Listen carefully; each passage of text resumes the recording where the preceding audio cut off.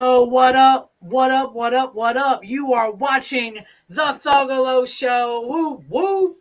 It is a very special edition of the Juggalos Show, and I'm going to tell you why. We got big news, big shit. We don't really call ourselves a news channel over here, but we bring it to you live and direct. Who do I have over here? This is ELIXIR, and this is ONSTED. How y'all boys doing? No. Did it backwards, bro. Yeah, I don't got the mirror camera. That was the dyslexia kicking in. What up, boys? It's your boy ONSTED, and this bitch coming in on this snowy ass motherfucking Friday. But we just got some news fresh off the fucking printer that's gonna melt all that snow out there. Ooh, fresh off the press? What's the news, ONSTED? This today, just fucking hours ago, the homies over at ICP fucking drop this on all of our brains. I know you've seen it by now, but we're gonna talk about it right fucking here. We got the 23rd fucking gathering of the Juggalos, you guys, and I'm geeked about this one because if you look at that beautiful ass picture, Artwork. Yeah, that's right. Yeah. July 5th, Wednesday, July 5th, Saturday, July 8th. Those are the official event dates of the 23rd annual dates. Yes, the gathering of the Juggalos. Of course, that means July 4th parking lot party. What? Fireworks? Oh, yeah. You tell me they ain't gonna let fireworks in that bitch on the 4th, baby? Get the fuck out of here. Bro, July 5th through July 8th, if you want to see some dope-ass events, Ouija Mad, Insane Clown Posse, all the names that you've heard before, maybe some new names. I'd love to see Fat Nick. I bet a lot of people that you've seen on the Juggalo show are going to be there. Big facts. I know myself, again, am hoping for another Clooner set because that one last year was a gas. Got invisible bitches. I'm ready for more invisible bitches, as many as you can find on that stage. Bro, here's the thing about this year's gathering, right? 23rd annual, 2023.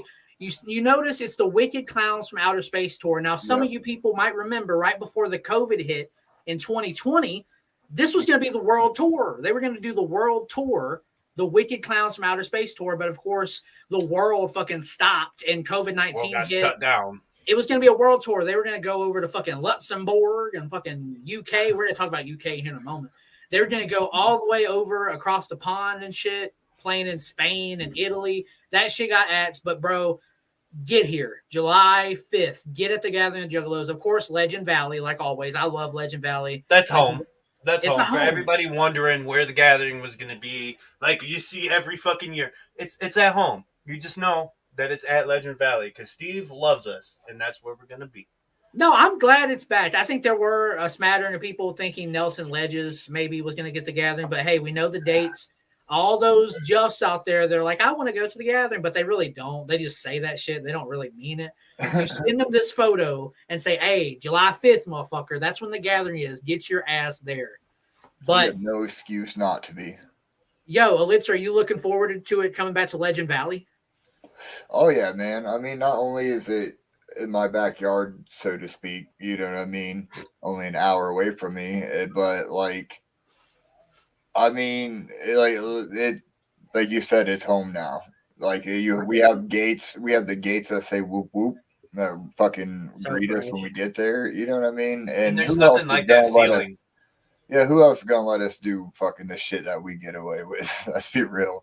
Looking at the chat, we got Acetone, Salamander, Made West Monster, Ode Net Cutter, Humble Amon, Sand 1799, JXRX Massacre. Of course, Juggalo Show Clips. I do got to take a moment. Juggalo Show Clips is our clip channel. We're slowly posting clips from every episode. That means, check this out, every single day at 1 p.m., a new video is on that channel from an old episode. So go subscribe to Juggalo Show Clips, and every day you're going to get your Juggalo Show fix. But we got an interview with Strife tonight, but we're not going to get into that yet. ONSTED, if you would please bring up the UK dates for the Weezy Knievel tour. Now, you might be wondering, ONSTED, ELIXIR, and Trailer Park, y'all aren't from jolly old England. How the fuck does this apply to you guys? Wait a But minute, ELIXIR- Mike. You're not from EK.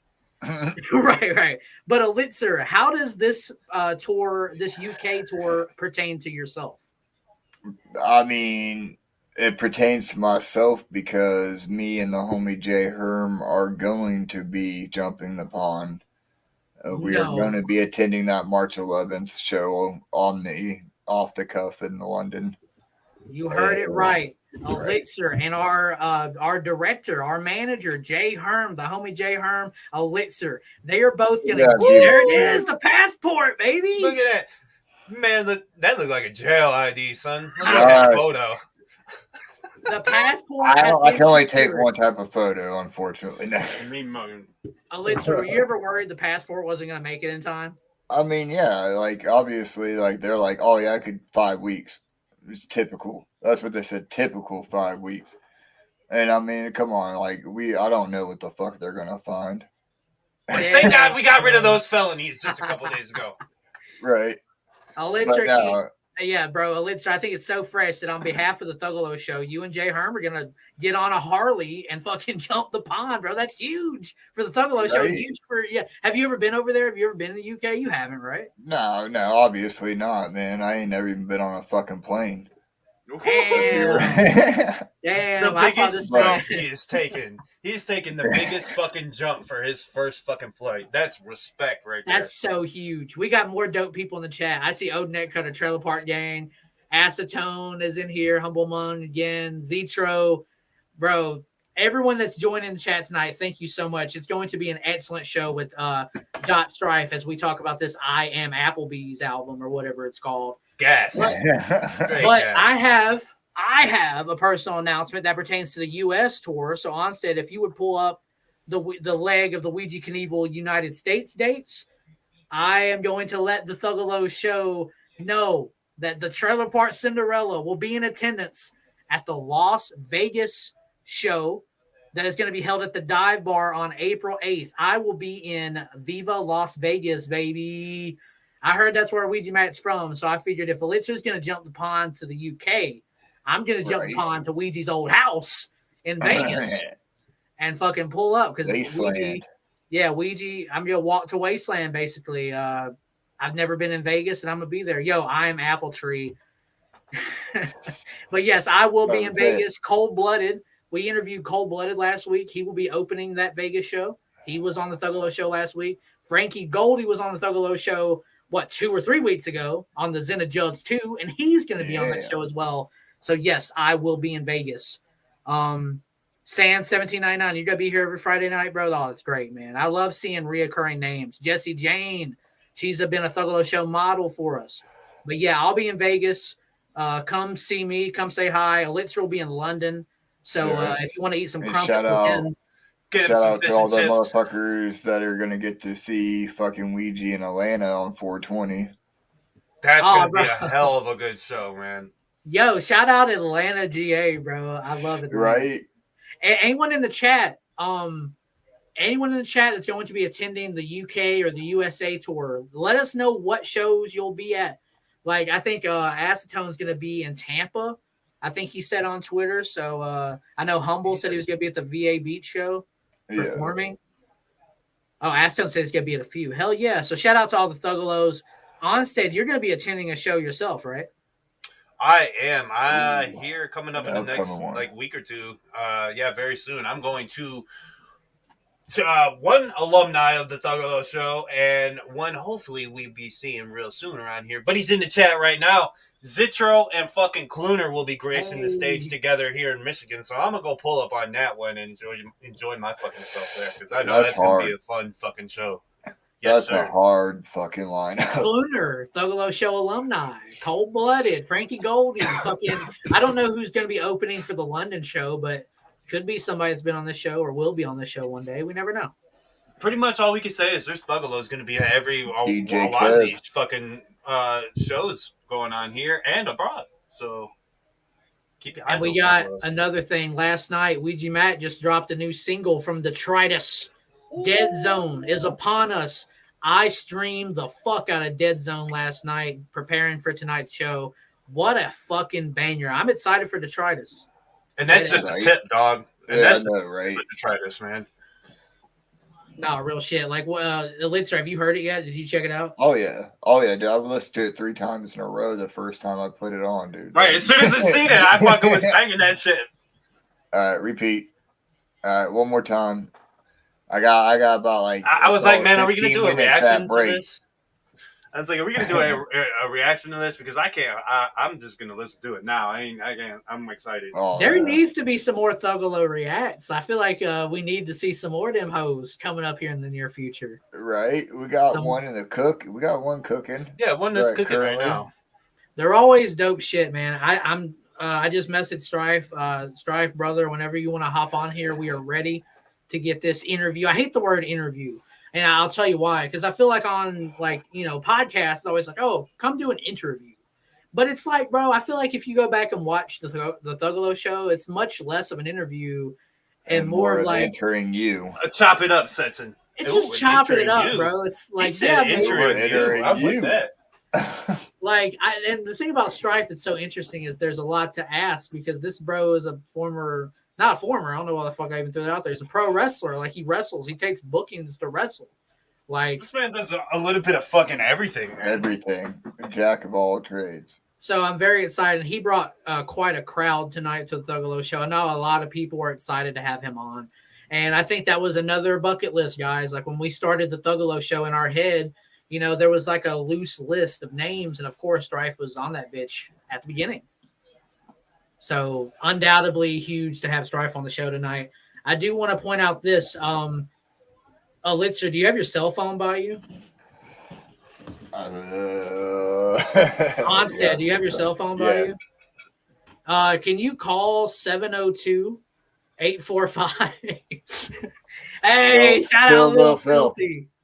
Shout out Lil Filthy. I was going to get you to call the 702-845-1505 and just see what the current going-ons is as it pertains to the Scroll Keeper community. Do we got any Scroll Keeper scholars up in the chat tonight? Scatman gang. Hell yeah. Speaking. All right. While ELIXIR is trying to scroll and get keeps of his scroll, we're going to go ahead and bring on the main man. Ladies and gentlemen, in the green room, in the backstage area, we have young Dot Main, Strife Main. Welcome to the Thuggalo show. How are you doing, brother? Hey. Yo, there's just something beautiful about rituals. Okay. There's something about like whatever you do to get ready for night or get ready to sleep, you know what I mean? And so one ritual that I usually do, this is something that the homies on the road have seen. Darby knows about this hella, but what I like to do because you guys know me, I'm all business. Of course. I don't fucking smile. I don't fucking celebrate. But when I do, I get me some sort of sugary ass drink and I put some vodka in it. But if I'm celebrating, because usually I just do Smirnoff. But if I'm celebrating, I do Grey Goose. Hey. And we're celebrating, boys. So hell yes. Tonight we're celebrating. So Strife this with is the a Grey ritual. Goose on the Thuggalo show. I didn't expect it. To pull up. Shout out, Strife. How are you doing? Your hair's wet, man. I feel like you're in a good mood, though. Yeah, and that's the thing, man. It's raining diamonds in Vinegron swampland because we reached the finish line. You feel me? Like I can't fucking complain. I got nothing to complain about, dog. I was gonna ask, like, is there anything in your life that inconveniences you at this very moment in time? You have nothing to complain about?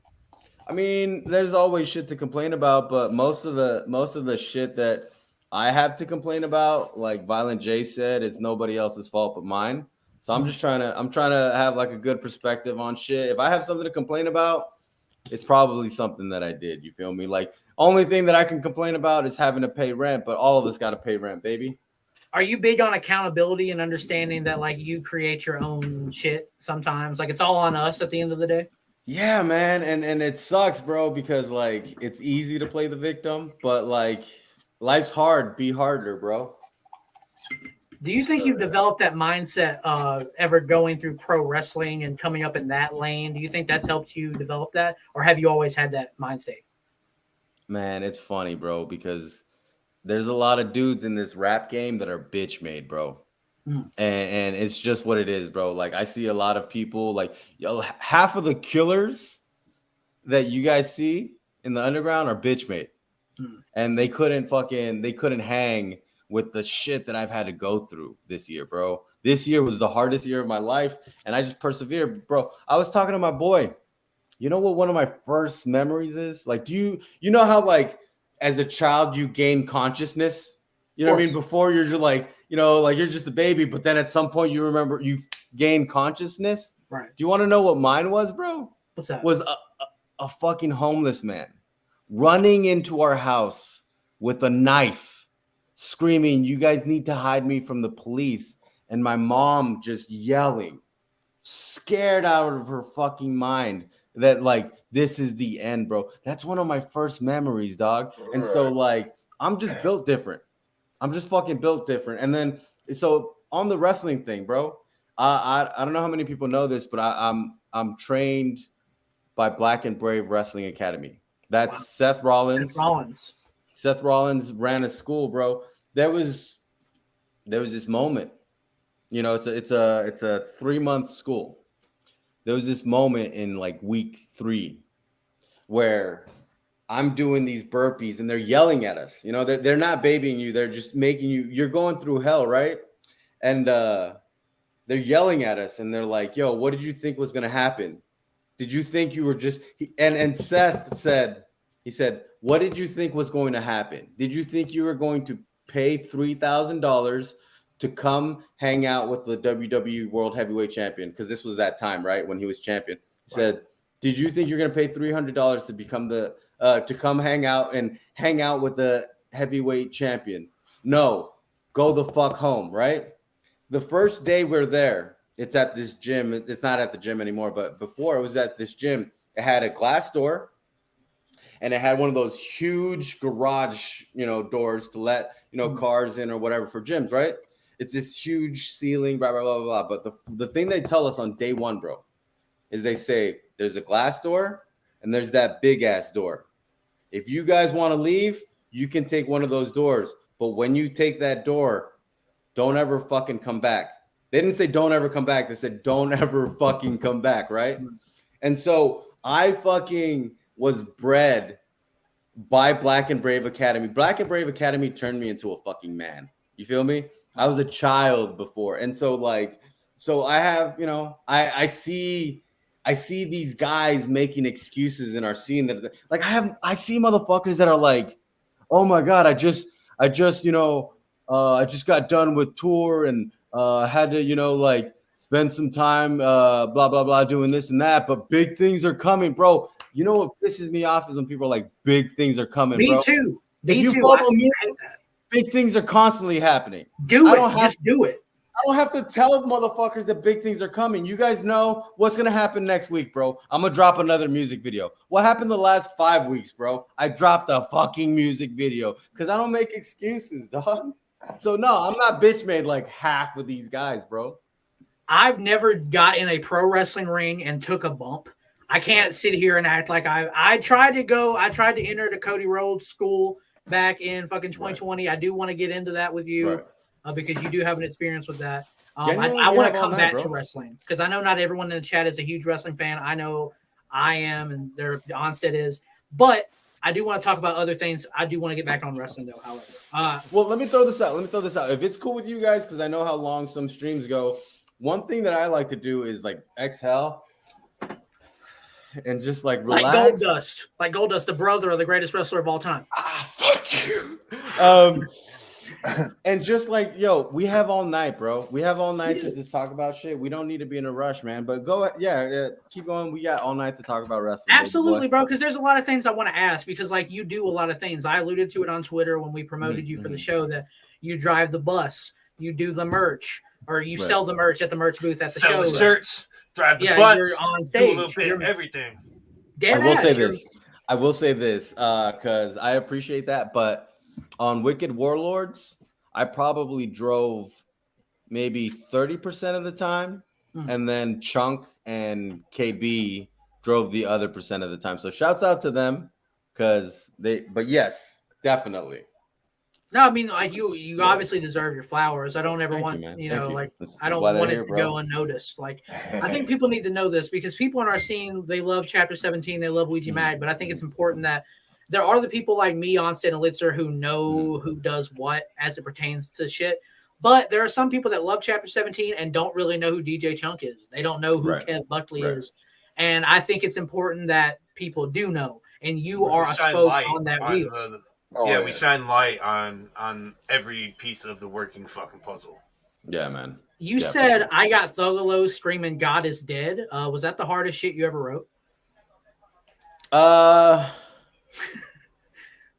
Because I don't know if you guys went my last era, and I only sold the CD. It's not on Spotify, but my last era was God is Dead. So my first album is technically God is Dead. Right, I'm aware. That's why I asked for you to sure. bring that back up. Was that a big moment for you to show that you've advanced in musically? Yeah, it was definitely like my thing about that song was, the whole record is an emo record, Right. but I'm not gonna have a Juggalo record without acknowledging the climate. It would be asinine to do a record without talking about Psychopathic and M&E. Like it would be stupid to pretend that there's not tension going on. You know what I mean? And yeah, man. So my thing always has been be yourself. Be who you are. If you're like, there's so many juggalos that are into other. If you're into Evanescence for some reason, I'll roast your ass. But good for you. If you're into fucking like LARPing or video games, be that, bro. And my thing was with God is Dead. Is like I was introducing people to the type of artist that I want to be. I want to be the artist that like, bro, pass me by.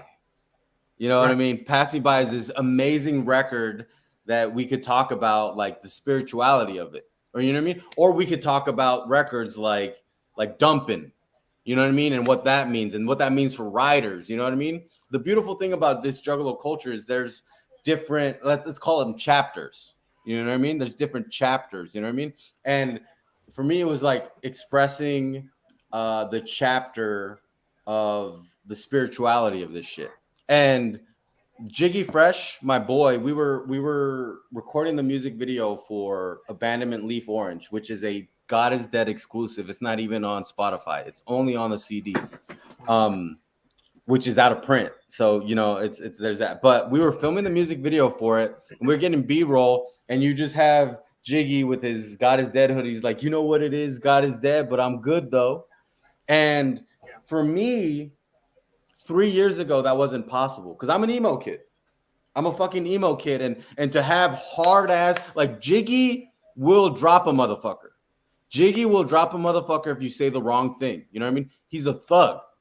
And to have genuine thuggalos literally saying, God is dead, but I say good though, was this moment when I realized I can be myself because I'm a made man. Does that make sense? I mean, I think I zoomed in on you saying like juggalos might not want to be themselves because like a lot of juggalo rappers are like, oh, I'm going to rap for this audience. So I have to rap about the word chop. I have to rap about the word blood. I feel like if I was a juggalo rapper, I would go out of my way to not say any of those things. Right. But let me ask you this, Strife. Yeah. I think it was on Team MUJ. You said that this new album, I Am Atrophy, is about a wicked shit album from the perspective of the victim. I don't know if you're the first person to do that. I feel like Smalls one has tapped into that a few times herself. Yes, she has. Shouts out Was to she her. a huge influence for you with that mindset of the POV of the victim throughout the course of the album? Bonnie. Right. Yeah. When it clicked for me was when we dropped the song Something Bad Happened with me and Darby O'Trill. Mm-hmm. Because I always loved that song, but then when we shot the music video, this was when Darby was experimenting with the mask, and he since like later dropped it. But it was this verse. My verse is kind of like I always use Camp Crystal Lake as an example.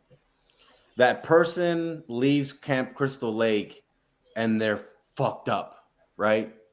And we all know somebody who went through a traumatic experience and wasn't the same anymore. You A know lot what of I people mean? in our community can relate to that. Yeah. And so really the biggest moment was I was jokingly saying was like verse 1 is from the victim's perspective while verse 2 is from the monster's perspective. You know what I mean? And that's why I love Something Bad Happened, because it's this monster talking to you after, you know, they call it the final girl. After the final girl tells you, I don't trust nobody anymore. I don't want to meet new people. I don't want to see new doors. I can't feel my body from this wreck. You know what I mean? So shouts out to Smalls 1 though, because I'm gonna be real. I've always been like, and my thing right now is I'm Juggalo. I'm not underground. I'm unapologetically Juggalo, but I don't know anything about the underground. Darby, like I'm not ashamed to say this, Darby introduced me to Scum's Deep Cuts. Darby introduced me to Gino. You know, I used to be ashamed to say that I didn't know about Gino, but now I'm like, you know what? I found out about him now and I love his work. But I've always, you know, there's people who are wrestling fans and there's people who are WWE fans. And people like to shame WWE fans, but you know what? Some people like to watch WWE and don't have time to watch ROH. I noticed that when I see your top 5 wrestler lists, and I'm like, wow, okay. So it's not judgmental because I'm like the neckbeard guy, right? Like I'm judging you for putting Roman Reigns on the list, but I'm also aware of like, okay, like people like different themes. And as I've gotten older, I've understood that like, why am I gatekeeping Mike Awesome and Dean Malenko? Like, why the fuck am I doing that for? And like, if somebody likes Roman Reigns or John Cena, or someone likes fucking, even on like a main stage rap level, my favorite rapper is Eminem and 50 Cent and Jay-Z. I'm like, well, that they like that. There's nothing wrong with liking what you like. And that goes back to what you were saying about being unapologetically Juggalo. Yeah. You are Juggalo, and this is your platform, and you're giving your Juggalo self, because there is no definition. I think a lot of old heads in our community like to place these invisible made-up rules about, well, this is Juggalo and this isn't, and this is Juff shit and this isn't. Because like there's a lot of people that don't like our podcast because it's a Ouija Mac Chapter 17 podcast. Right. So we'll get there. Yeah. So it's just like I see old heads that used to fuck with me now. It's like, oh yeah, you're doing like that Ouija Mac thing. I'm like, yeah, I'm doing a Juggalo podcast. Yeah, I am. It's like there's no rule written anywhere. And that's why as an artist, I respect you a lot, because you're aware of that. You do what you do. Yeah. You don't give a fuck about what anyone says. And it's unapologetically .strife. And I like it. Yeah, man. My thing is, man, I hate to just always talk about Darby, but that's like one of my best friends. But man, just like having these wild ass phone calls with him where like we just talk about the Joker's cards. Like, and here's the thing, bro. I wasn't bumping, you know, underground rap. I wasn't listening to the lyrical guys rapping really fast and murdering and shit. Like I was listening to fucking Shangri-La. I was listening to Bizarre, and I was listening to Under Oath, They're Only Chasing Safety. I was listening to, you know, white boys that are skinny as fuck and have like long ass hair talking about a breakup. And then I was listening to Violent J talking about cutting a motherfucker up, because that's who I am. And like you guys, like, bro, my 3 boys right here, you guys do not want me to fake the funk. You guys want me to be me. Oh, you know what I mean? Yeah. I would be upset if you got on here and pretended to be something. To be somebody else. Right. What would be the point of that? You're going to get nothing out of that. We're doing an interview with an idea of .strife. We're not doing one with .strife. That's why it's important to me that, like, come as you are, bro. And that's just like a Juggalo sentiment. Like, exactly. You don't have to have been to every Hallowicked. You don't have to own every rare merch piece.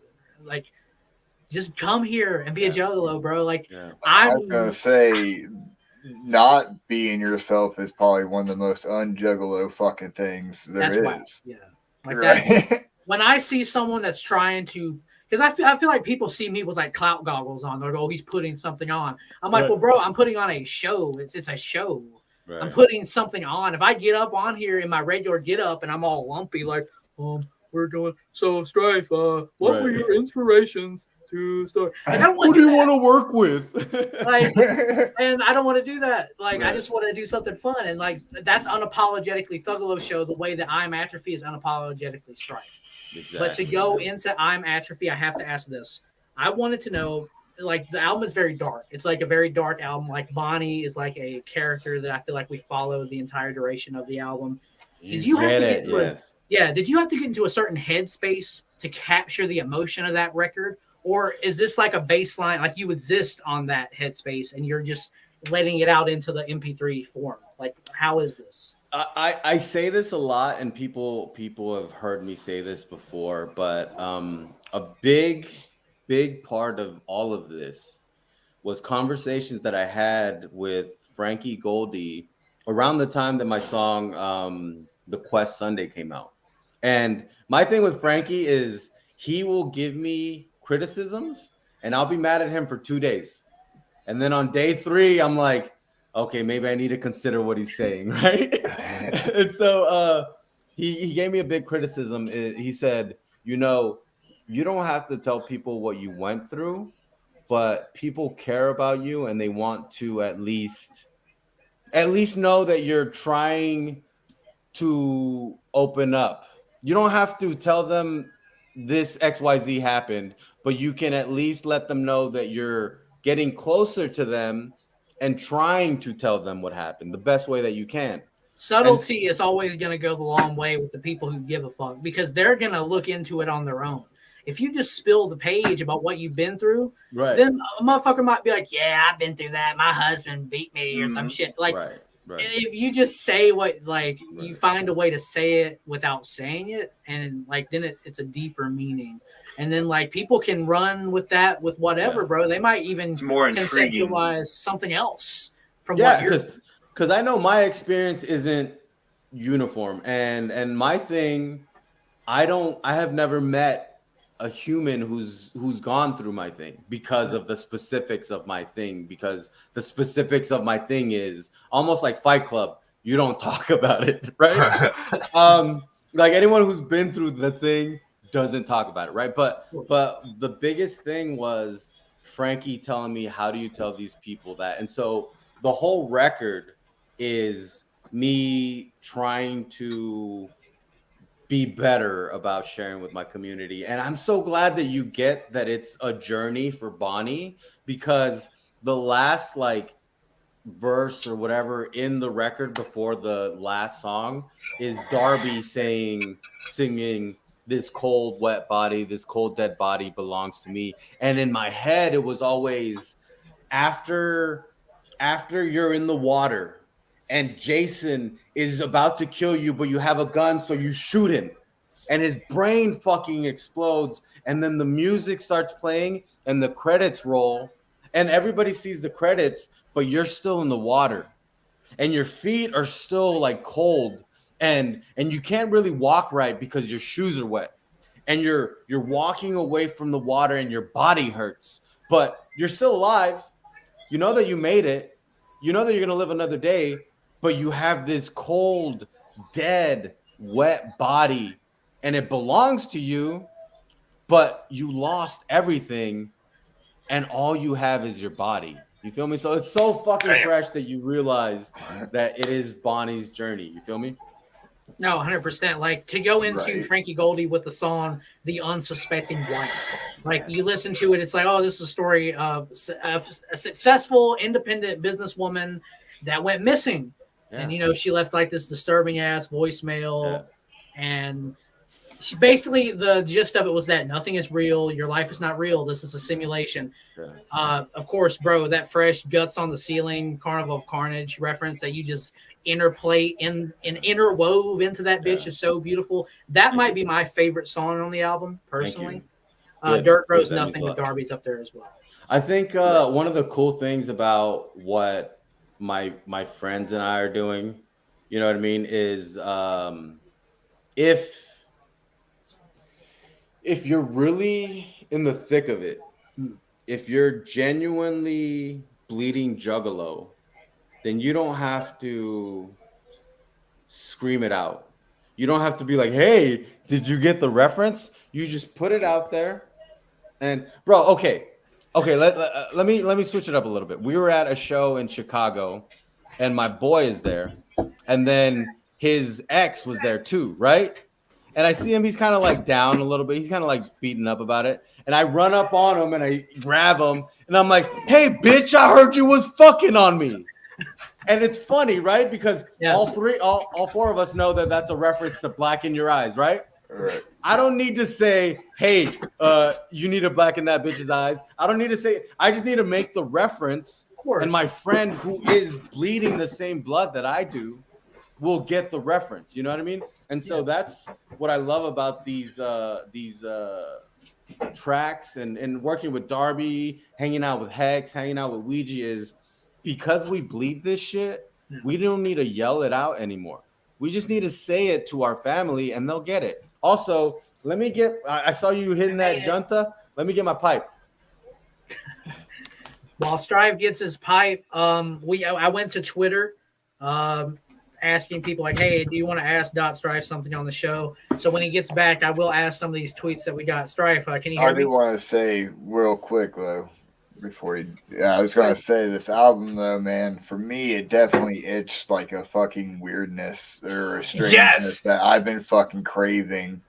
And like I didn't even realize I was craving it until I heard the fucking album. I was like, "Oh my fucking god!" The Jet Black Parks. When we seen that fucking video and heard all that shit, man, you can feel like raw emotion during that song. We played that in the hotel. Like when you sent it to me, it was all of us, and I was like, "This is the song." He sent us the song, and I'm playing it, and I'm like, man, this guy sounds different. Like, this what shit is that? is fire, man. It's so different that, like, it fills a space that we don't have in the community that I can see. Like, I can see that shit playing at the gathering at, like, fucking 2 o'clock in the morning during a fucking, like a fucking, exactly, yeah. You know what's dope, ONSTED, is that the Juggalo, it's Juggalo. All Thank you. Being Juggalo. Bro, can I just say that first verse, in my opinion, is the most wickedest verse on the whole album, even over Power Plant Green, even over everything. It's this line in places that it shouldn't be, a lot less shaking when you're in front of me. I can feel the walls, they fall apart. They're all gray. Like when you're like with another human and you feel the walls falling apart and color is like fading away and it's like turning gray. Like bro, it was like, honestly, it was my attempt at doing a Metro Station meets Hell's Pit song. I don't think I expected a Metro Station reference on the Thuggalo show, but you feel me? That's okay, that's okay. It's me. You know, it's me. You know, yeah. And I want you guys to be you, and you know, it's just about being yourself. Bro. Okay, I am. As much as I say I'm doing all these things and taking these risks, I can't ever take a risk unless it gets a blessing from one of my friends. It's so weird, but I need the blessing from a homie. And there was 2 blessings that I got while making this record. The blessing I got from Dev was like, because we wanted him to like be on every track, you know, and he in a phone call, I had him on speaker.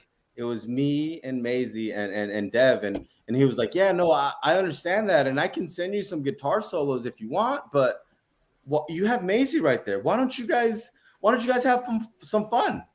And then we just made tracks from scratch because of that blessing from Dev, right? And then the second blessing was I was calling Darby, and it was me asking him to send me the verse for Dirt Grows Nothing. And I was like, yeah, I mean, I don't know, man. Like, I kind of want to sing some of these songs, but like maybe I should rap. And Darby's like, nah, bro, you need to be yourself. You need to be you. And I got the blessing from Dev to like press into Maisie's tracks by herself. And I got the blessing from Darby to be unapologetically myself. And with those, I was able to like have that confidence to like make I Am Masterpiece. You know what I mean? Yeah. So it's really fresh, man. You mentioned earlier about Darby when he used to wear the mask. I remember them days. Mm-hmm. I think maybe Darby found who he was as an artist after he took the mask off and was unapologetically himself. I'm not speaking on his behalf. Right. He can come out and say what he says. I think he had to learn that lesson post-mask. and be like, no, this is me. I'm Darby O'Trill. I got to come within. Like, you know what I'm trying to get at? Like, maybe he also at one point had to learn that for himself. People also appreciate genuinity more. Like, True. the more yourself you are, the more people are gonna fucking enjoy you. Unless you're some kind of fucking dickhead, and then then there's just no help. I would never speak for another human and their artistic journey, but I do think from externally, for me, what I saw was we're always open. We're always open to new ideas. And the mask was never like a thing that he did for long. He never took but any it was album something that I equated old Darby O'Trill. Right. Because I know he was doing shit before the mask where it was just, his beanie. And then there was moments where he just had his face. So like, yeah, but I never want to speak into that. But I do remember, I was asking him if he wanted to do the mask on the Quest Sunday. He's like, nah. And it was like a cool little moment. You know what I mean? Still dope, though. I mean, still dope. Shouts out to Spliffy, the best rapper alive.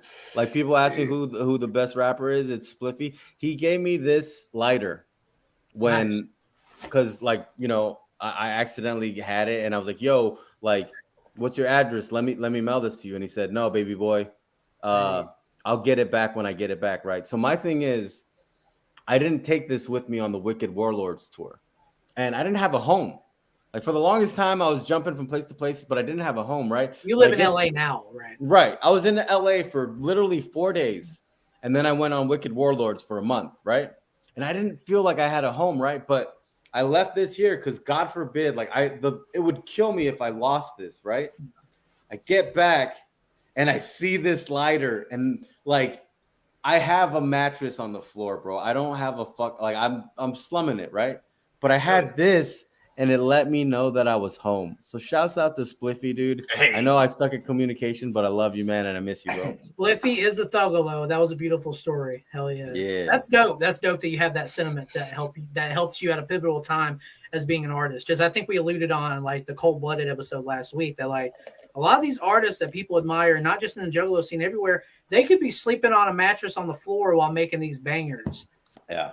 Yeah. Like, they're still real people. I think we need to understand that, like, these artists are no different than anyone, than you, ONSTED, ELIXIR, myself, that we're all people at the end of the day. Just some people can make better art than others. You know what I'm saying? And well, let me throw this out. I'm better than every rapper in the underground. I thought you were going to say Will Gates. I was like, that's wild. No, I'm better. I'm definitely better than Will Gates. I love Will Gates. But I'm saying I'm not better than every Juggalo rapper. And when I say Juggalo rapper, I mean Ouija, Hex, Darby, my clique. But I'm better than everyone in the underground. That's screenshot that. That's I definitely will for the Clips channel for sure. That's definitely the attitude you have to have. Like, if you're putting out your art and you're 100% pushing everything you can into it, you have to feel that way. You can't half-ass art. I don't feel that way. I know that way, bro. There you go. He has to know that. There's these clowns, bro, and I go back to the same thing, but there's so many guys that are like, big things coming, bro. Grinding. I'm just better, bro. I'm just better than you. I make my own videos. I write my own lyrics. Like, the only thing I'm not doing is engineering and making my beats. Everything else I'm doing. I'm better than you. That's bro. I love it. I love the clip. That's the clip for the fucking Instagram tomorrow. I love the energy, bro. Because you have to respect that when someone says, like, I am the shit.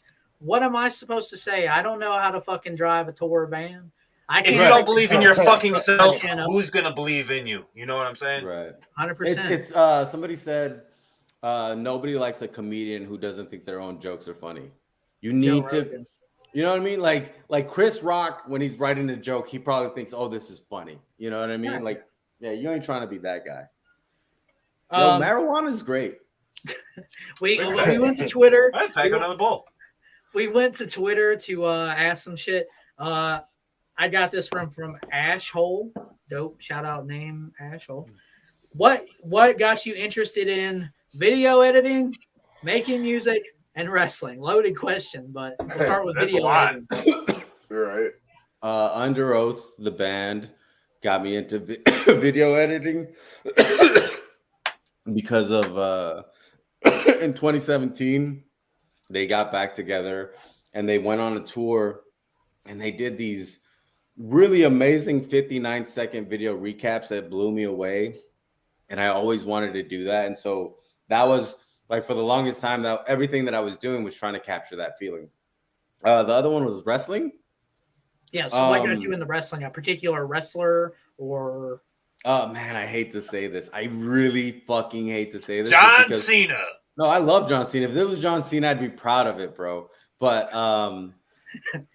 because we're being honest, I love John Cena now. By the way, I hated John Cena in 2006. I'm a huge John Cena fan now. I love John Cena now. We'll get into that later. I'm about to. We're only 45 minutes in, out, bro. And I realized, damn, we have a lot of time. Yeah. I was like, fuck, Gutter Girls getting swung into the gutter on this one. Sorry, girls. I love y'all too. I can't wait to like see you again. Hey. It was CM Punk, bro. Oh, and you were shitting on CM Punk the other day. See, I actually couldn't stand CM Punk during his time with the WWE when I was wrestling, when I was watching that shit. I couldn't stand that motherfucker. So, Strife, you said CM Punk. What year would this have been? So I can gauge. I started wrestling in 2014. Oh man, so like mutton chop CM Punk. Oof. He didn't, but he did an interview. He did an interview on a podcast with I think Ron Funches, and he was talking about how like his first like going at wrestling was very much like what a punk band does or what a band does when they're on tour. And I was in a band before, you know what I mean? I did MySpace rap before, you know what I mean? And I did tours before, and I was like, I've done tours before because I was a musician before I was a wrestler, right? So I was like, I could probably try wrestling. You know what I mean? And he talked about his promo against Rey Mysterio where he's like in Rey's face and he's like, hit me, Rey. And Rey has this choice to make because Rey's family is right behind him. Happy birthday. Yeah. You know what I'm talking. You know exactly what promo I'm talking about. I'm a historian, though. Me too. And so for the people who don't know, though, this good guy has his family out for his daughter's birthday. And he says, there's a lot of things that in my life I miss out on, but I was able to be around for my daughter's birthday. And since I missed out on so many birthdays, how about you guys sing happy birthday for her? And they're about to start. CM Punk comes out. Boo. Talks all kinds of shit about Rey, but it ends with him with the mic to Rey's face. And he says, hit me, Rey. And Rey has two choices. Hit CM Punk in front of his family and really have a fight in front of his family. And it's becoming your ugly self in front of your normal self, you know, your civilian family. But outside of like your life, you're a monster. Like all of us, like there's me and then there's Strife, you know what I mean? And it's these two different monsters. And so he has those choices to make. And what Rey ends up doing is because if you don't fight CM Punk, the other choice is you're a coward. You're a coward. And so he makes the choice of having his kids leave, and he doesn't hit CM Punk after CM Punk disrespected his family. So he becomes a coward. And what got me about that CM Punk talking about it was the emotional dynamics, the spiritual and moral dynamics that came from a wrestling promo. And what I wanted to do was have these moments where I create art that makes people have to make a choice. You know what I mean? Like when I was a heel, I had these really great moments where we made people make a choice, right? So like me being in Seattle, I cut this promo where I'm like, you guys talk about science is science, love is love, Black Lives you didn't Matter. do that promo in Seattle, Washington. Yeah, wait for it. So I'm telling them, you guys have these signs on your lawn about how like love is love and equality is important. But when you guys see someone like me walking down the street, you cross the street so you don't have to be next to me. And I'm really calling them hypocrites, right? But the thing is, they have a choice to make. Do they shut up and agree with me? Or do they boo the brown man who's calling them out on their privilege? Does that make sense? And so you have to make this choice. Damn. And you lose whatever choice you make. And so that's why I love wrestling, is because if you It's do the that greatest shit art right, form. It's the greatest art form. untouchable. There is no better art form than pro wrestling because it's theater, it's athletics, it's everything that's great about so many other things that come together, all under the guise of it's a show. No, this is Can I tell you the moment that, because I knew some of the stuff intellectually, but can I tell you the moment where I felt it? Sure. So I was in this tag team, the Legion of Gloom, and we were champions twice as baby faces. Like 4 months into it, they loved us and they put a title on us because we were emo, we were goth in Seattle, right? And then the second time they put the title on us, right? And then for a while we just kind of flounder because we were baby faces, we were good guys, right? And we kept promising, like 3, 2, 1 battle. We said, make us heels. And they're like, no, people love you too much because, you know, everyone wears black. Everyone looks like us, right? And so the challenge is, how do you make, like, it would be literally like if there was just a Juggalo wrestler in a Juggalo city, if you could imagine one, and every other wrestler is normal. How does this Juggalo wrestler make every Juggalo hate him? That was our challenge. And we told 3, 2, 1 battle, we said, put the ball in our court, right, and we'll make it happen, right? But we get the title. Not only do we get the title, we get it from these 2 girls who are dope baby faces, just the cutest girls. And they're like, everybody wants them to win because not just the fact that they're gorgeous, they're cute, they're adorable, you want to keep them safe. They're extremely talented, and they were the best tag team in that division. They were better than us, right? So we take the titles from them, and we don't cheat. We don't like cut corners. We take the titles from them, right? And they hate us for it. And then the whole time, because our thing was when we were cutting promos, we're like, we set the pace now because the person at the top sets the fucking pace. You know, Violent J sets the pace. If Violent J wants to be like colorful, then every Juggalo is going to be colorful. If Violent J wants to be Bloody Sunday for a year, every Juggalo will be Bloody Sunday. Does that make sense? So the thing was, for fucking 4 months, not even like 3.5 months, you know what I mean? Because I was going to move, but nobody knew that I was going to move, right?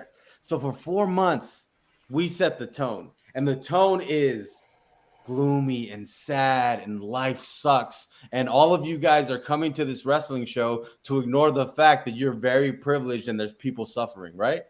Right. And you need to understand that wrestling at 3, 2, 1 battle was a comedy show. It was a comedy show. Right. So we were in comedy wrestling doing serious, like, this is like the world sucks and you guys are ignoring people who are starving. Nobody wants that when you're at a wrestling show, right? Especially a comedy show, right? Of course. No, I get that, but like they don't want you going in the business for yourself at the same time, right? The promoter doesn't want Strife just like, we set the pace. No. Well, that was the beautiful thing about being champion is when you're champion, you get to set the pace. Right. If you're not champion, you have to fall in line. And so that's the beautiful thing about wrestling is that's the only reason I ever want to be champion. It's not because of the title, it's because the champion sets the tone.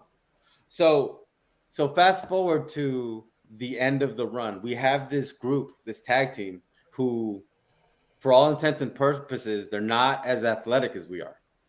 And they're not as hard-hitting as us. And they're super, like, smiley-facey baby. That sounds like you got to take all the bumps then. That's what that sounds like.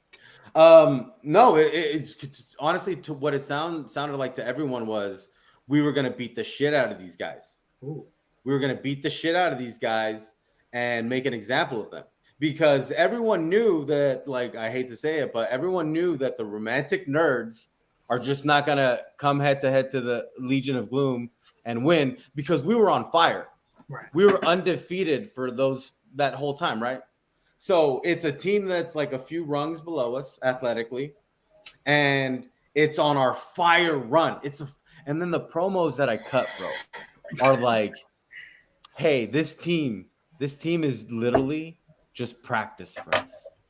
Like, You want to give you us a don't do little that. sample of them promos right now? Was that? So you Well, want to it's give us a hard to little ask sample? a wrestler to cut a promo. Oh yeah, it's no, like no, that's asking fine. a It's fine. comedian to say a joke. The thing was, it was this. It was, you guys keep coming in talking about how you're owed this. You're owed a title shot. You're owed that?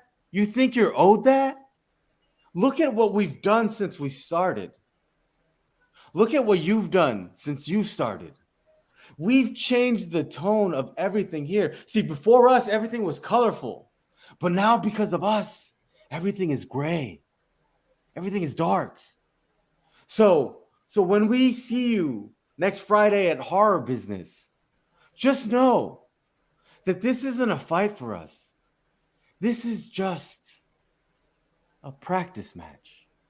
And then I put up my title, and then I said my goodbyes, right? And so the tone is Legion of Gloom has not been hotter. They've beaten the Hall Sisters. They've beaten 4 Minutes of Heat. They've beaten the Wise Men. You know what I mean? They've beaten all of these teams, right? Like the Wise Men are a really solid team. That sounds like a dope name, Canada. the Wise Men. Right. Bro. And we're like, there's no way that like these guys are gonna beat the Legion because they're hot right now. And they're also like super innocent and happy, right? And so the whole match, we're just like destroying them, right? And then we go to hit this finisher that no one in our career has ever kicked out of. And people realize when they see the Tower of Gloom, it's Dante runs at me, I pick him up like a power bomb, and then he grabs the other guy from the top rope. And then he superplexes the guy from the top rope while I powerbomb him. And the idea was we were so goth and emo that we're okay hurting ourselves if it hurts someone more, right? That's how like it's cerebral we were about this shit, right? All right. So we hit him with the Tower of Gloom that's never been kicked out of. I jump on him. The referee hits 1, and then he kicks out. He doesn't kick out at 2.999. He doesn't like barely make it. Oh, he did the 1 kick out. Oh, bro. He did the 1 kick out. That's bold. The Rock does. The Rock does right. because he doesn't make you look good. He always kicks out at 1. John Cena kicks out at 1. Yeah, right? That's the thing. If people aren't glued in the wrestling community, it's so common for the 1-2 kick out. A 1 kick out is kind of like, whoa, like you automatically think like, is there something going on behind the scenes? Disrespect is the point of the match to put over like, oh, he's barely affected. He was able to kick out. I wasn't even kicking out at 1 is a huge huge dent. Yes. And so he kicks out at 1, and the crowd erupts because context defines content, and everybody there like was a religious fan of this thing. We went every 2 weeks, right? Wow. And so, yeah, This it's is in unheard of Seattle. to have every 2 weeks. Yeah, every 2 weeks it was this show, right? And so it was like church, right? And it explodes, and the match isn't even over. And I get up. Well, no, I don't even get up. I like get to the rope, and I look at the ref, Aubrey Edwards. If you guys are wrestling fans, Aubrey Edwards, the worst referee in wrestling. Go on. I swear to God, bro. You're not gonna like my taste. No, listen. No. I'm not. I need to stop and let you know, because we're on screen right now. We are. You will never ever disrespect Aubrey Edwards when I'm around, and we're good. Cool. And so I kick out. I look at Aubrey, and I'm like, what? And she is, because it's a Halloween show and it's a comedy wrestling show, she's dressed up like the Count. All of the refs were yeah. So they would 1 2 3 yeah. The referee trying to get herself over. Shut up, bro. All of the refs were doing it. It was just funny. And like I said, I appreciate that you said a referee and not by name. I know. I respect you. I see you, Black. No, I see it. That's why you're a real man. I appreciate it. But so she like looks at me. I look at her, and we're just like, this has never happened in our entire life, right? And then, fast forward to, they do a desperation move, and they hit me with their finish, and then I don't kick out. And everyone in that room for the last 3 months had to just be, the Legion of Gloom. This is such a buzzkill. Everyone in that room explodes because it's over. And then I realized I go up to my OG, Syrian. I go up to my OG, Syrian, and I'm like, I get it now. Because he's been a heel the whole time. And I'm like, I get why you're a heel. Because you're not a heel to get the championship. You're a heel to lose the championship. Because if you do your job right, when hope happens, when people get that hope,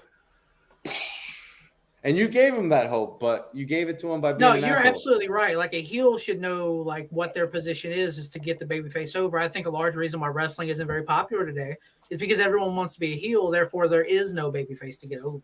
That's why Cody Rhodes is so dope, man. He's the only guy trying to be a babyface. Everybody wants to be a heel. Let him be an American nightmare, dog. I love it. Bro. Okay, you guys might appreciate this. If you guys know, when I was at Black and Brave, one of the hardest lines that Seth said to us was, everybody wants to be a heel, but nobody wants to be a heel. Everybody thinks that they want to be the bad guy, but they want to be Stone Cold.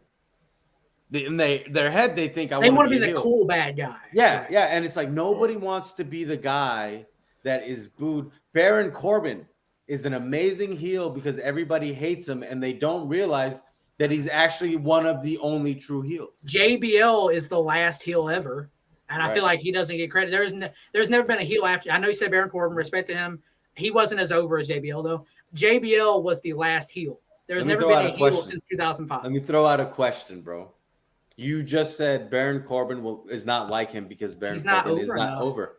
What I'm saying is, and please listen to me, Baron Corbin doesn't need to be over. He needs the perception to be he sucks and he's not over. Right, that's true. However, he did have that arc where he was bum-ass Corbin and got cheered. JBL never had that arc. JBL was the hated limo guy. No. But let me throw this out. Baron Corbin got cheered as bum-ass Corbin, not because people like the character, but because they like to see him struggling. Right, and it was great. I'll grant it. It was great stuff. Yeah, and that's how good he is. That you want to see him go through a rut. Because you don't want that for a baby face. You want that for a heel. To go back to the point that we kind of got off track, but I do think we need to hit on it. You said that everybody wants to be the bad guy, but no one really wants to. Like, no one wants to be in the airport where people in the airport are like, they don't want their autograph. They're like, no, fuck you, bro. Yeah. People want to be Stone Cold. They're like, man, you're so badass, bro.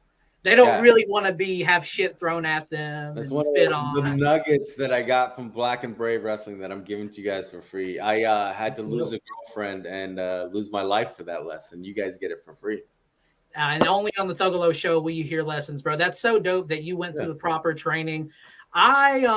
Wait. So it was, how did I get into music or videos? Yes. How did you get into? And then what's the third question? I had it. The third one was making music in general.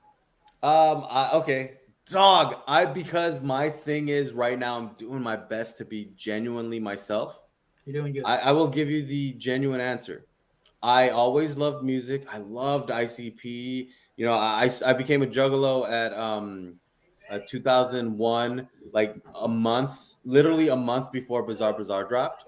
So that's like my fucking receipts or whatever. But the artist that made me go from listening to music to actually buying a synthesizer and doing the music is this artist called Play Radio Play. So all of my deep cutalos, I know that like some people will just like, oh, bat it off to the side or whatever. But the people who like do listen to it, you're in for a treat, because the artist that got me to start making music was this MySpace artist that did synthesizer music. And I just like something about his songs, like just really made me want to make music. And that's like I need people to understand that there's so like Play Radio go down there's this song called from the Frequency EP. It's called let's see, what is it? It's Yo, Strife, while he's looking for this, at can this I ask particular moment in time. you were wrestling in Seattle on like a bi-weekly basis, you said, Yeah. right? Were Yeah. you ever around when Darby Allin was still in Seattle? It's funny. I started around the time that my first Seattle wrestling show was probably his. I have 2 months left in Seattle. Okay. You know what I mean? Because I know that he went to either Florida or the Midwest and made a real name for himself there. ICW. He would have went to ICW in Ohio. Okay, so he went to ICW and I started wrestling, and I remember there's this moment with him and Big Jack where they're like leaving and they're like Phone Keys Wallet, and I go to Big Jack and I'm like, you do Phone Keys Wallet, I do Phone Keys Wallet, and it was just like a little like, but I mean, I was like a youngin coming in, and they were like Washington established, so I got nothing to say about Darby because I don't really know him like that, but I mean, I knew he's from Seattle, so I figured I'd ask. Exactly, yeah. But nothing but love to him. Every time that I like talk to him, we would joke about stuff. Like I would joke about like I saw him once at 321 and I was like, "Hey man, you know that like you look like super cool, right?" And he just started laughing and I'm just like, "Bro, you know you just look super badass." But yeah, I mean, I don't really know him, but yeah. Strife, I've never watched one of your matches. What's your finish? Like, what's your finishing move? It depends. I would do the GTS as my solo finish, and as the Legion of Gloom, we had two finishers, the Tower of Gloom, and we had a spot where my partner would have someone in a fireman's carry, and he would like just throw them up, and then I would hit him with a RKO or a cutter. So that's like a 3-4. Damn, I can't remember what the move is called. I'm trying to remember all the mark names I used to remember back in the day, like reading every move ever, you know, with my wrestling figures. Like, I'm going to attempt this move, some long ass name. But anyway, we got so much shit to talk about. We went on a mad tangent about wrestling. We still got a Trash or Fire segment to get into. So, but first, before we get into Trash or Fire, I've seen Frankie Goldie in the chat all night. I got to go to this. Frankie Goldie is a man of God, as we all know, and I know you have worked with him on this last album you put out. God bless America only. What was his influence when you said, quote, go to church, if you scared, motherfucker, go to church? Was there any influence from Frankie Goldie when you said Frankie Goldie's influence was he challenged me to talk about the hardest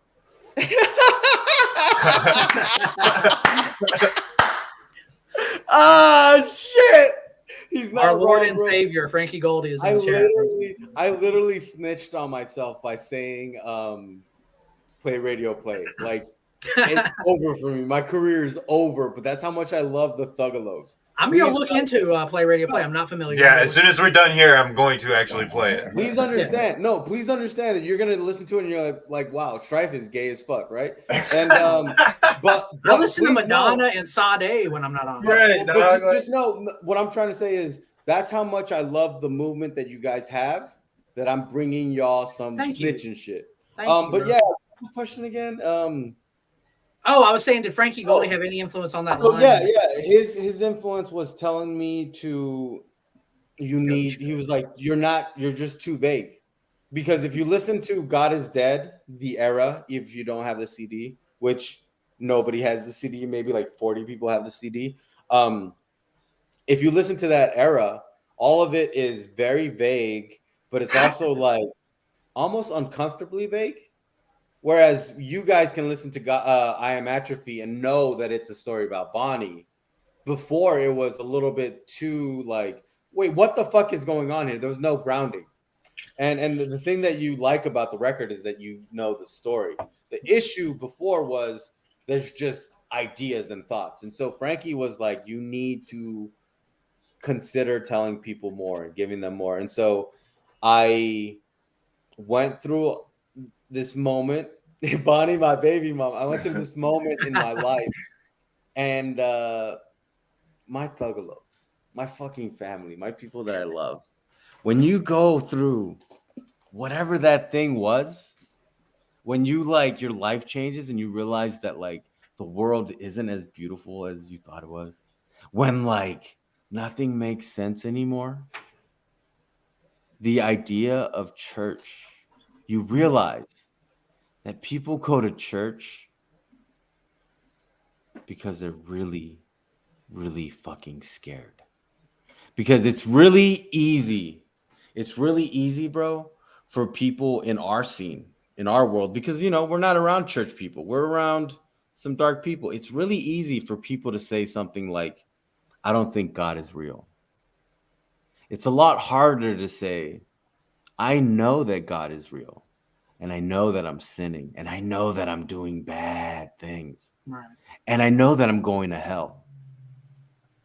It's a lot easier to say that God doesn't exist than to say God is real and I'm going to hell. It's also But not but the thing is with Strife is, you know that I am not afraid to say Strife is going to hell. When I die, I'm going to burn. But I ain't scared to fucking say that shit. And if you're scared, go to fucking church. The man said it, bro. Hey, your favorite little spoon. Fucking, hey, that's a banger, bro. I've been playing that shit all day. Yo, that video was shot. That video was shot one take on 3rd and Rampart in Los Angeles, California. Because I need you guys to know I said some shit. And if you have a problem with what I said, watch the video. Go to church. That's where I live. That's where I fucking live, bro. You got something to say? I'm not hiding where I'm at, dog. Listen to fucking Favorite Little Spoon. Y'all know where I'm at. Hey, bro. I mean, I think I know who that was directed at. I think them camps. I don't think about that camp over there, man. I don't think a lot of people in our space do either, bro. It's just not something that's on our radar. You know what I'm saying? All I'm saying is, Midwest Monster is a Christian rapper. Yes. That's 100% confirmed. All I'll say is this, bro. It's really heartbreaking to listen to these songs as a jit from the hood, from like the gutters, you know what I mean? And listen to these songs that were saying shit like, man, I lost so many friends to the game, you know what I mean? Like renditions of reality, bro. That shit was a bop. You know what I mean? But then like to watch an interview and having this person that you respected be like, if we weren't doing this, like Adam 22 being like, hey, if you weren't doing this, would you be trapping right now? Would you be in jail? And to have these people that told you, like, I've lost too many people to the streets say, no, if we weren't doing this, we'd be comic book store owners. I don't. No, wait, listen, Funko Pops, bro. Listen. I'm dead ass. Like, cause we're on.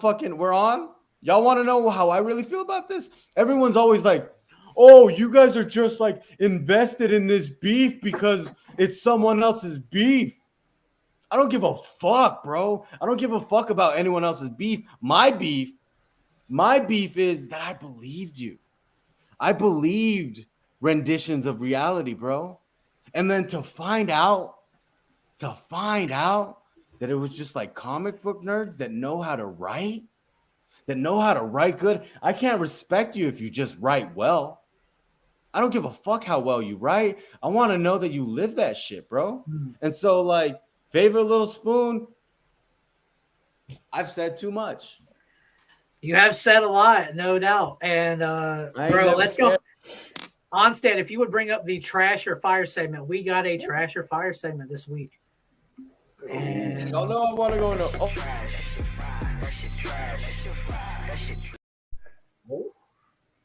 What were you gonna say, Strife? I'm sorry. Y'all know I want to go into overtime, right? Yeah, we're already broaching into overtime, and the gutter girls like, it's all good, whatever. I'm like, word. I love the gutter girls. ONSTED, I'm gonna have a baby with one of the gutter girls. What is this week's trash or fire, ONSTED? Babies. No, I'm just kidding. This week's trash or fire is fucking Marvel movies, and I'm just gonna say this to fucking peel the Band-Aid off of everything. Trash. They're fucking garbage, and I can't stand superheroes. Shitty cinema. That's wrestling's better at it. Trash. Bro, let me just say this, bro. There was this backlash on DC movies. My theory is the DC movies that people hated, Man of Steel, Batman versus Superman, Justice League. The reason why they hated them was because they came too early. All right, but yeah, man, Marvel movies suck, bro, because Doctor Strange is the perfect moment when you realize why Marvel movies have a problem. If you watch Doctor Strange, there's this thing in wrestling, there's this thing in cinema where tension. You build tension or you can release the tension. And one way to release the tension in wrestling is to have a bump. So there's tension, blah, blah, blah. And then when somebody finally hits the ground off a clothesline, bam, that segment is over. You know that something's over, right? In cinema, one way to get rid of tension is by humor. And if you watch Doctor Strange, they never build up too much tension because they always have a joke at the weirdest fucking time. And it's like, I just want to feel like there's high stakes in a superhero movie. Call me old fashioned, but I want to believe that the world is ending. And I don't need you to make a Taylor Swift joke when like some demon's trying to blow up the fucking universe where my mom lives. I agree, Strife. And here's my thing with pro wrestling. A lot of times, bro, a lot of these people make these insider terms when there's like this great moment. And it's like, what a mark. I'm like, why are you saying that? Don't nobody know? The kid in row 8 don't know what that means. Why are you fucking it up for him? Why are you doing that? I don't like that shit. I like it to be in its own universe. Yeah, I don't like when people do the terms. And all you appreciate, I think all 4 of us appreciate the sacredness of wrestling. Like, bro, none of us are going to go to church. But we believe in the church of like fucking WWE, am I right? Like, and it's like, bro, Cody Rhodes will win at WrestleMania. Like, it's great that a true babyface will finally be the top guy. Bro. We're about to talk about Cody, bro. Cody, bro, he is another fucking sacrifice at the altar of the tribal chief because Roman Reigns in one weekend, fucking calling it right here on Saturday. He's going to defeat Sami Zayn again. Oh, he can defeat on Sunday. Oh, I know. He's going to do it again. Whether it's morally with the fucking Usos or by himself. He's going to take care of Sami, right? But he's also going to take care of Cody because it's going to be just like when he beat Edge and he beat Daniel Bryan. It wasn't a coincidence that he beat Daniel Bryan and he beat Edge. He beat the best independent technical wrestler, the ROH baby, and he beat the fucking face of the Attitude Era or the Ruthless Aggression Era. He beat those guys for a reason, and he stacked them on each other because what they were saying is this era just stomped that. And what Roman's going to do with these new guys is he's also going to establish the fact that Roman is bigger than the new era, which Sami represents, that punk mentality of we don't look like every other wrestler, but we're as valid, that everybody's fighting for, And then Cody is Cody is the face of AEW, and it's no coincidence that he's going to job the fuck out to the tribal chief. Yep. Daniel, my boy. Shouts out to Daniel, bro. Me and him are working on a song right now. It's like, it's going to be a lot of fun, but I've said too much. So ELIXIR, trash for Marvel movies, you said? Oh, yeah, definitely. Give it a trash. Unanimous.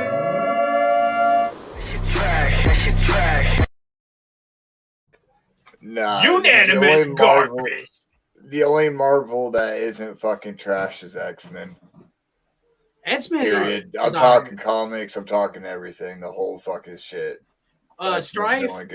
Strife appeared on the Juggalos show back in January during our Maisie interview.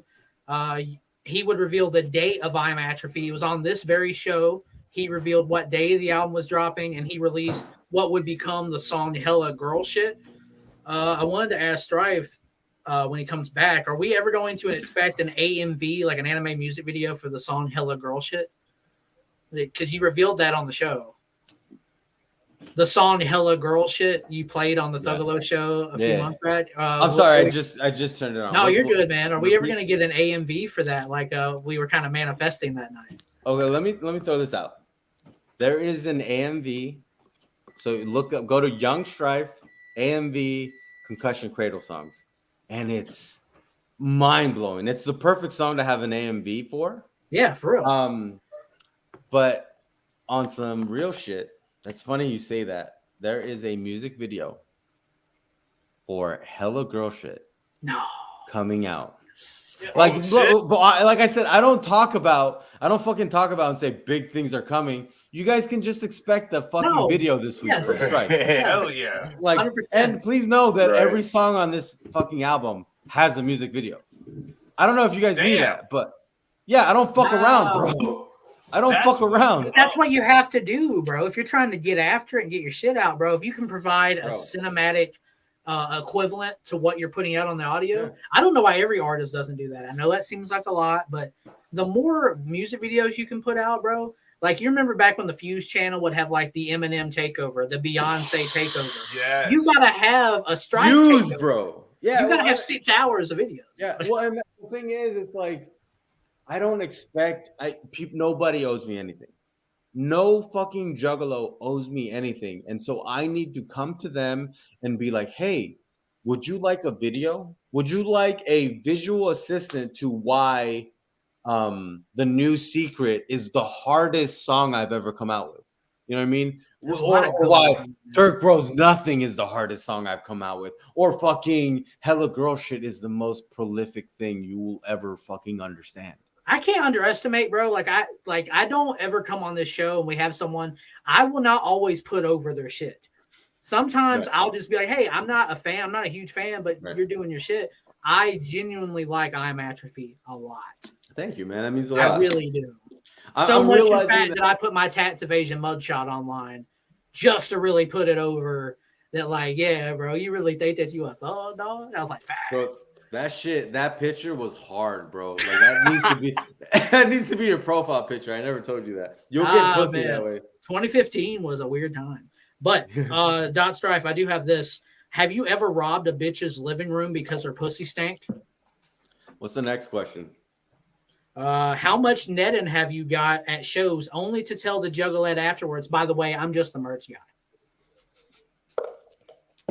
That's funny because that's a reference to a meme that I seen and wrote down. I tell you guys my favorite part about tour. My favorite part of tour is so we get into the van and for maybe like an hour, like we're kind of, or maybe like 30 minutes, we're just kind of like getting like adjusted, right? But then from like minute 31 to hour 2, and I'm saying too fucking much, bro, but it's literally all of us while Kev is driving, all of us on our phone looking at the memes that we're gonna post in our carousel on Instagram, looking at the 10 fucking memes that were, and it's like, yo, and it's literally like one of 3 things. It's, should I post this? Is this too much? Or, hey, bro, this is fucking gas. Like this, you know, like check this out. And then it sounds like the first one, but it's different. It's, hey, I really want to post this, but I also think it's a really bad idea to post this. We do that shit too.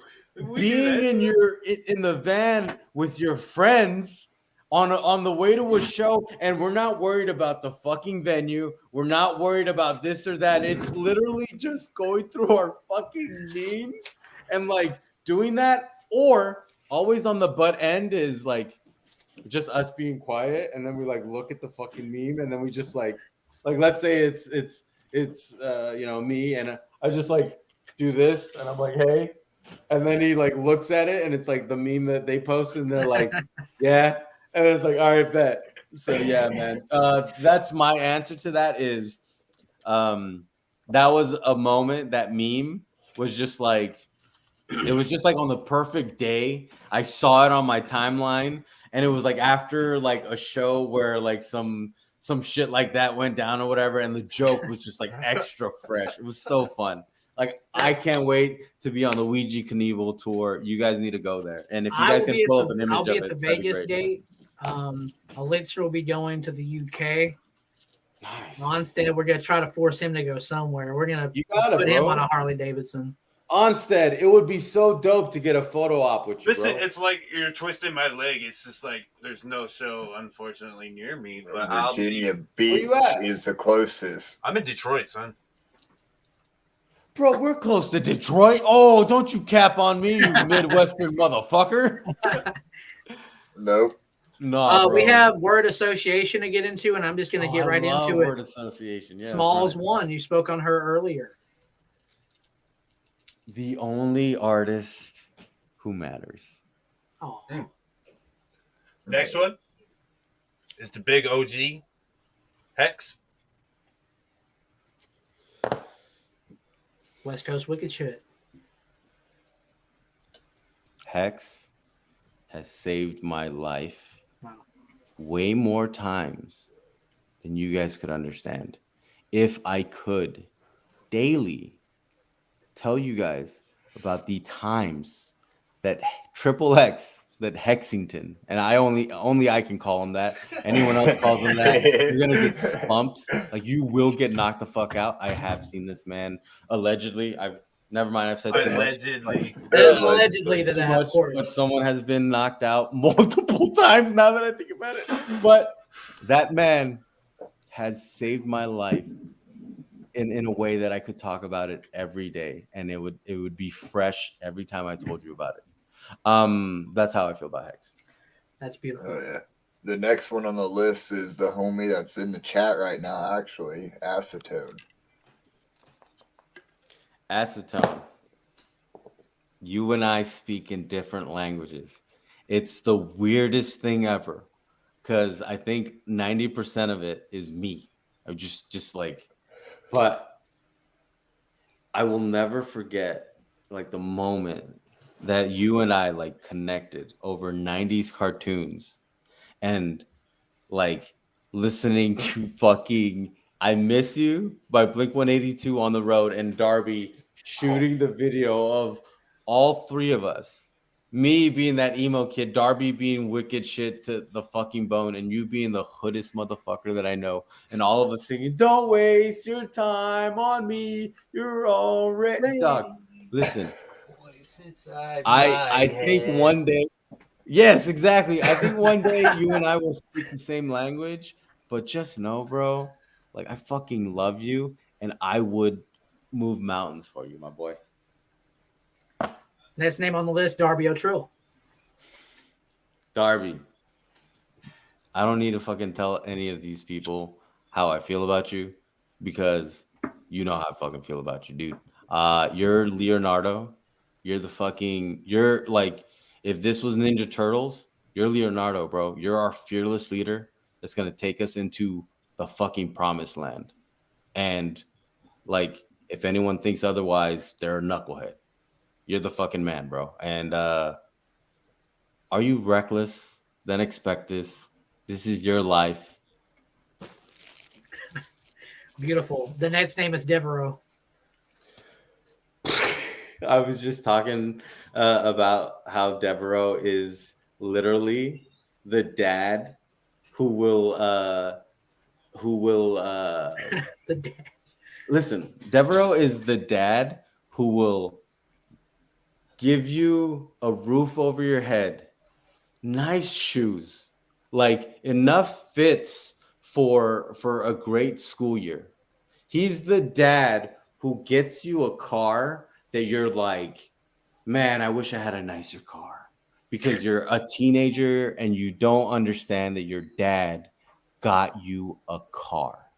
And Devereaux is the dad that like you're like, man, I wish you would ask me about like, this fucking band that I care about.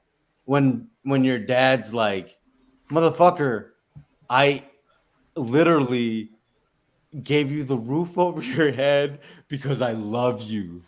And I give you dinner every night because I love you. And what I'm literally trying to say is Devereaux has given me the shoes on my feet, the clothing on my back, Well, Shaggy has given me the clothing on my back. I love you, Shaggy. Devereaux has given me the roof over my head. Devereaux has given me like the car that I drive. And I'm an emo kid. And sometimes I don't understand how to talk to Devereaux because in my head, I'm like, Dad doesn't want to talk about corn.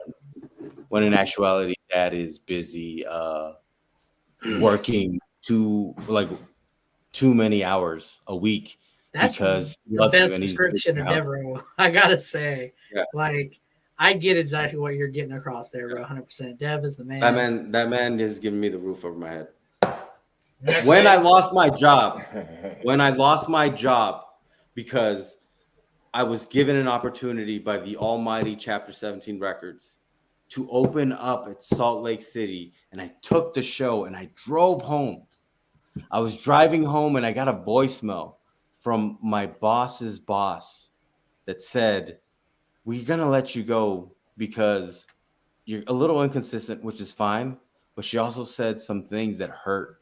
After she said some things that were like, "You're not assertive enough" type beat. Like she said some things that were meant to make me feel like you're not doing this right. And all of those things were real. And those things hurt. And I'm driving home and I lost my job, bro. And I post a video where I'm like, commissions are open. Because that was when I lost my fucking normal 9-to-5 job and I realized I need to do this rap shit. First fucking thing that happened was not even a text. It's a notification. Cha-ching. Cha-ching. And we all know what that notification means. Right. And I get a text from Devereaux and he says, "Hey, I just want you to know I appreciate the work you've done. And I appreciate the videos and visuals that you've given us." And the first person to take care of me when I lost my job was Devereaux. And he would not like me to say that shit. He doesn't want to hear anybody talking about how generous he is because he's not the type of guy that does it for attention. Right. He doesn't tweet about how he just gave this and that to a charity because he just gives. So like, bro, that if anyone asks how I feel about Devereaux, he was the first person to help me when I lost everything and tried to do this music thing. Simple as that. That's beautiful. The net's name, Shaggy the Airhead. Shaggy the Airhead, literally.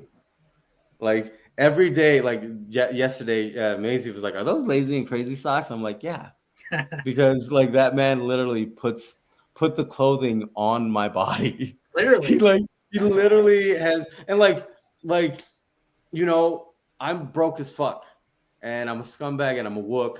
And you know, there's only been a handful of times where he drops something, and I'm able to actually like buy it. You know, I remember when the Chunk collab came out, I had to have that black shirt because I love when he drops black shirts, right? Because I can wear that. You know what I mean? But you always see me dripping and lazy and crazy. Favorite Little Spoon. First video that we did, I needed to make sure I was in the blue. Lazy and Crazy limited, only 10 of them printed. OG Greeper print from the Gathering 2021 because that is my favorite flag. And Nice. It's like I told him when we were driving to the Gathering, I said, I can't believe you dropped a OG Greeper baby blue. You feel me? And so yeah, like that man is taking care of me. True, man, I'm just giving away inside baseball because we're family. It doesn't fucking matter. Nardwar is gonna see this in 6 years and he's gonna destroy me. But whatever, man. He Lazy and crazy socks. yeah, exactly, bro. But yeah, Shaggy is the reason why Chapter 17 trusted me enough to take me on the road as a merch guy. Simple as that. Next There was on a the list. moment. Oh, go ahead. Go ahead. Nope. Keep Well, going. there was this moment where I was on the road and I was having a one-on-one with an OG, and they said, you know, like we gave you the opportunity because Shaggy kept saying so many great things about you. That to me means, you know, if the gates of heaven are opened up for me, which I feel like they have been, Shaggy was the one that said, "Hey, you guys should unlock the door." Hell yeah. Nice. That's dope. And it's paying dividends. And when you drop something like I Am Atrophy, it seems like he made the right decision. The Nets name is Sean Barrett. Sean rules because he's my friend. He's not like we don't like do music together. We don't ever. It's not a business relationship. Yeah. And I got to meet him, at the first gathering I went to. We just said hello.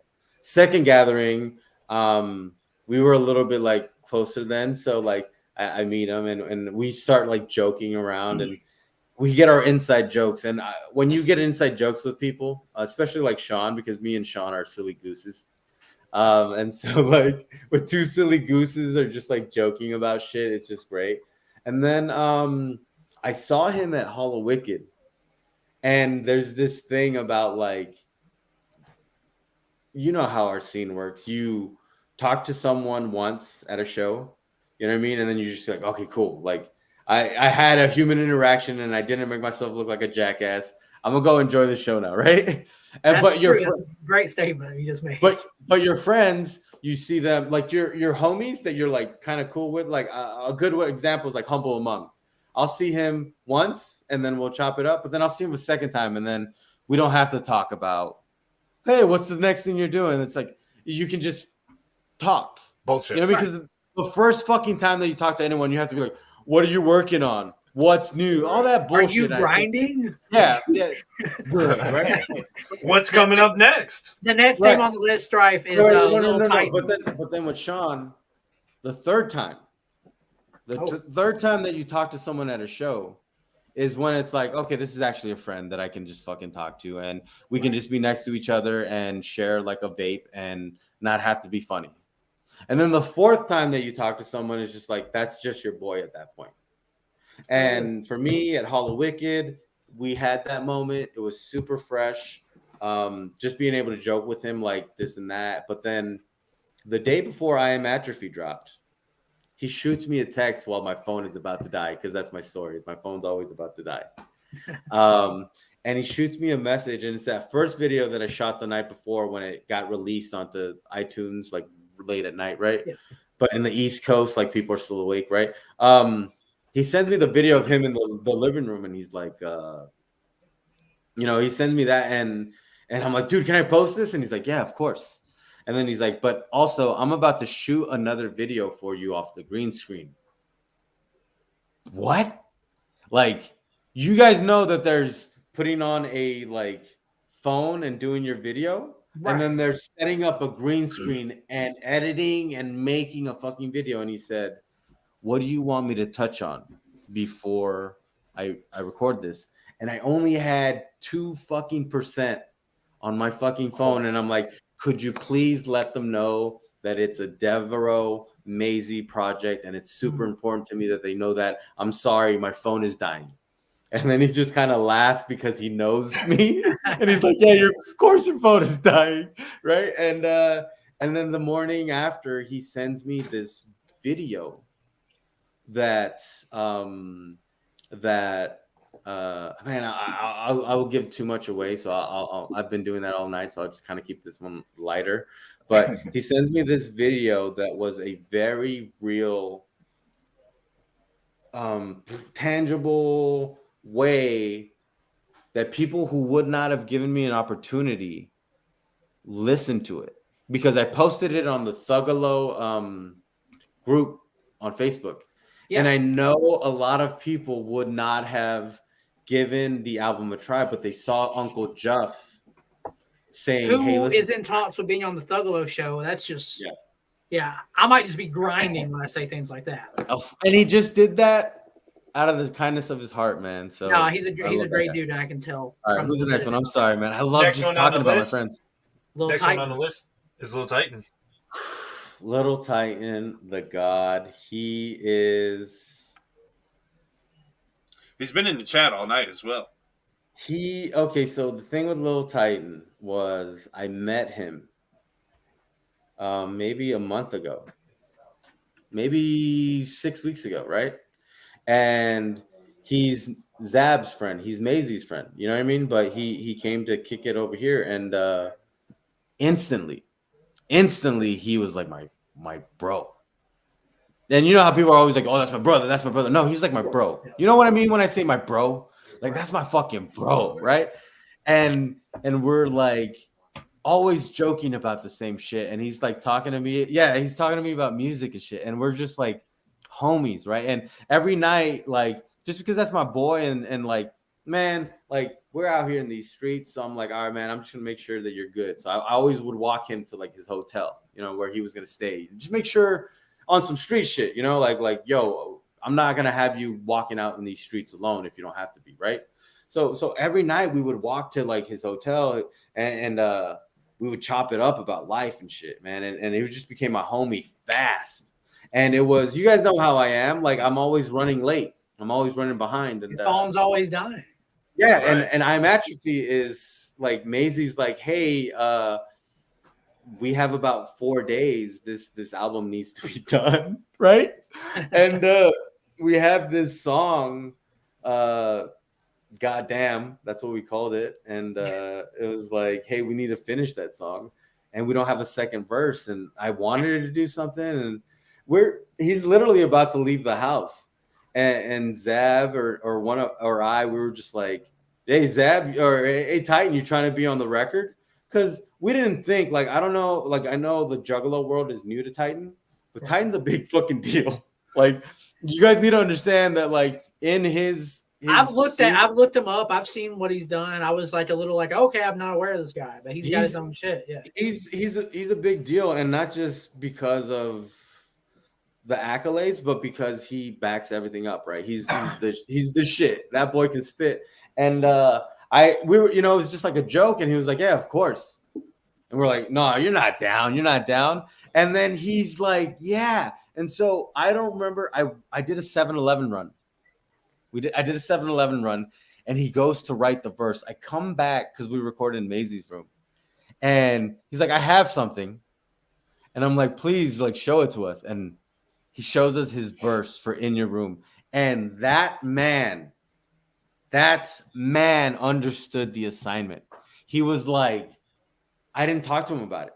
I didn't get enough time to talk to him about the song. I just walked away because I had to do the 7-Eleven run and come back, because I like to have like snacks when we record, right? And so I'm like, I'll take care of the team, and I come back, and he has this insane verse for In Your Room. And what I love about it is, you guys know where I stand. I would much rather listen to Soulja Boy and Lil B than to listen to Kendrick.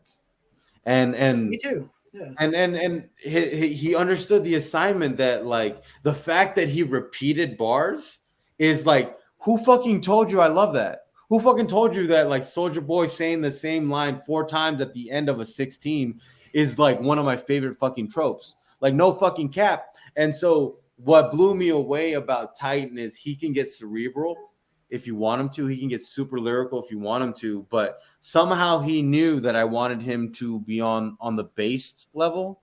And that, like, Darby's verse on Grass or Dirt Grows Nothing, he's singing.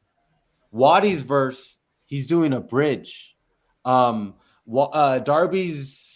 part at the end of the record, he's singing. And Young Fiend does gang vocals. So if you're really paying attention, the only guest verse traditionally in a rap sense belongs to Lil Titan. That's how I feel about that boy. Music video for In Your Room coming out this Thursday.